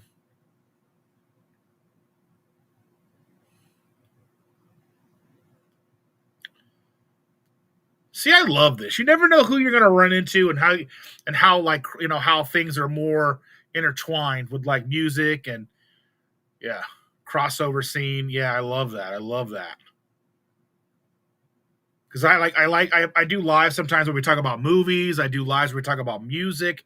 I have a whole channel that I have created with nothing on it just to talk about music, but they make it so difficult. Like you can't play stuff without having all the things that like them taking and trying to get your channel removed. There's so many things I never want to do, but I want to talk about music.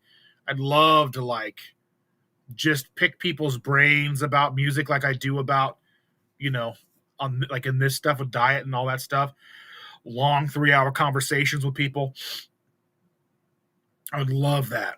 Love to sit down with all these people. I'd love it. Yeah, that's the crazy. Like, yeah, metal hardcore. Yeah, like I used to work like kind of A&R work and do like street team stuff for No Name out of California, and we dealt with like Slipknot and Moto Grader and Hatebreed and all that stuff. I got to go to a couple of free shows and stuff like that. I got to meet some people, do some events like we would do like Midwest Music Summit and do all that kind of stuff and do showcases with bands. Got to work with like 10 years a little bit, did a showcase for them. But never, I mean, recording studio was in bands and stuff like that. I just love music. Yeah, I mean, just so much cool stuff out there. I mean, like it's cool to see in the last couple of years, like there's a lot more growth in the industry, a lot more growth. Like it's such a DIY kind of thing now where you don't need a label. You can just, I mean, you can record amazing records at your house that sound amazing that you would have to pay $1 million for back in the day. Now you can do it for like $1,000 in gear and you can record countless albums and release them on Spotify, go on tour and use YouTube and all that stuff. Yeah. Yeah, Hatebreed, Biohazard's playing here. Maybe they already did play here. It's like Biohazard and it was Biohazard. Who all played here? Was it the Hi-Fi? I wanted to go, but I just don't have any money.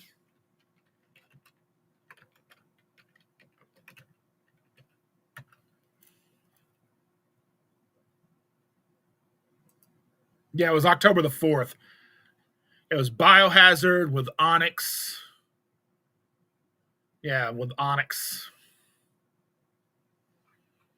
And last night, Cryptopsy played. I couldn't afford to go to that. Cryptopsy, they went at $40. They weren't even the headliner. I couldn't afford that. Like anymore, like it's so impossible to go to shows. Like even like I wanted to go see Cryptopsy play last night. I couldn't afford that. It's $40 before fees. Yeah, Biohazard and Onyx did that. Like that whole album, the Judgment Night album, it was groundbreaking. I love that record. The movie was great too. I love the movie, but the movie got overshadowed by the soundtrack because it had like who did I get? I saw Like, you just know the victim. Oh man, I saw them play a couple years ago in Denver. But yeah, so super cool, so cool.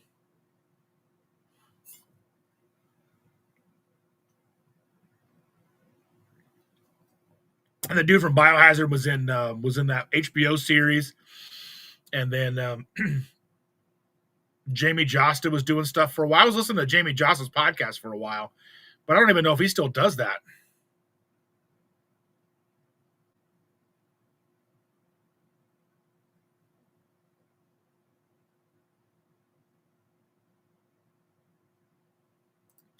Yeah, he went to hell. Like, yeah, I haven't been to a festival in a long time. They're just expensive. I like going to see like smaller shows. We got a venue here, Black Circle. I really like that a lot. I go see bands play. A lot of really cool bands. Um, let's see. One of my friends' bands, they're just breaking up and they're so good. This band, Obscene, they broke up, but they're so good you can still listen to them. They got like 3 records out. I'm gonna put this in here.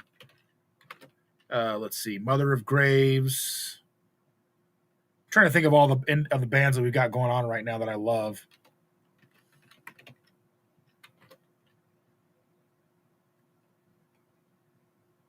Let's see.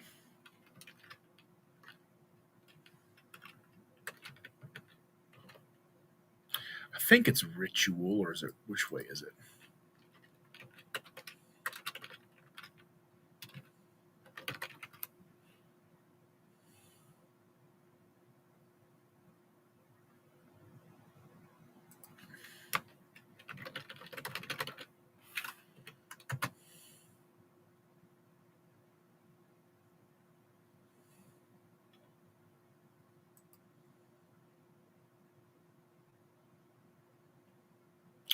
Yeah, this is right.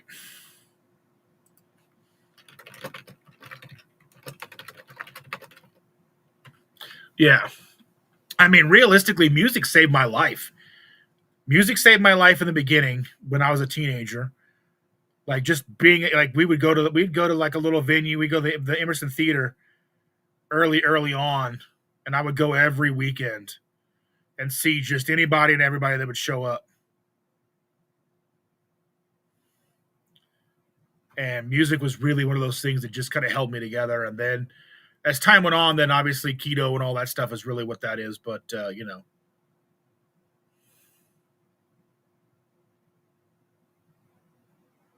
yeah, these are the band that is listed here. Those are all bands that play out of my city right now.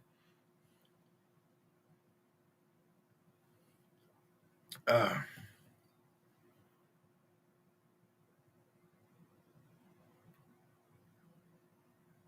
yeah, but it really backfires. So you're like talking about like with Tipper Gore, but Tipper Gore she did that whole thing with the parental advisory, and really all that did was show kids which albums they should get.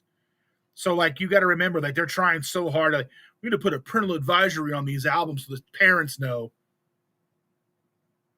Man, that was the albums you went right for. If it didn't have a parental advisory, you didn't buy it. It was like a big beacon. Yeah, Dee Snider was amazing at the Senate hearings, and so was what was his name? John Denver was on the side of the kids too. John Denver and all that stuff. And now you've got other Senate hearings now where like these musicians are going in and trying to make it difficult for YouTubers and stuff to talk about their music or utilize their music without getting copyright strikes and all that stuff. And like the Eagles are like one of the big people trying to screw over the people. Like it's our music. Like I understand that you've worked hard with this music, but like at the same time, like I don't get it. Yeah. Yeah, John Denver was a huge piece of that, and Dee Snider and there's a lot of people involved in that. It was amazing. All right. Well, it's 3.5 hours. I appreciate each and every one of you for being here all this time today. We are going on vacation. I can't wait to see you when we get back. I will be back October 25th with Helen. And then on the 26th, I'll be doing this again with you guys. And then the following Tuesday, we'll be back with Shander and myself. But be on the lookout for a couple of lives while we're gone. Some vertical pop-ups. Drop in, say hello. I love you all very much. Thank you all so very much for being here. I truly appreciate it. Bryce Biscuit, you made the last part of this amazing. I love hearing these little stories. I love that you know Peter, that you knew Peter Steele and you know Carnivore and not differently from the other people who love Carnivore in this community. But I love that. It's amazing, and I love that. But all of you, Jerry, thank you so much, Jerry. Maritza, Evelyn, all of you, you guys are amazing. And I can't wait to get back to hang out with you guys. Much love. Oh, you guys are amazing. And I love you, and I'll see you back real soon.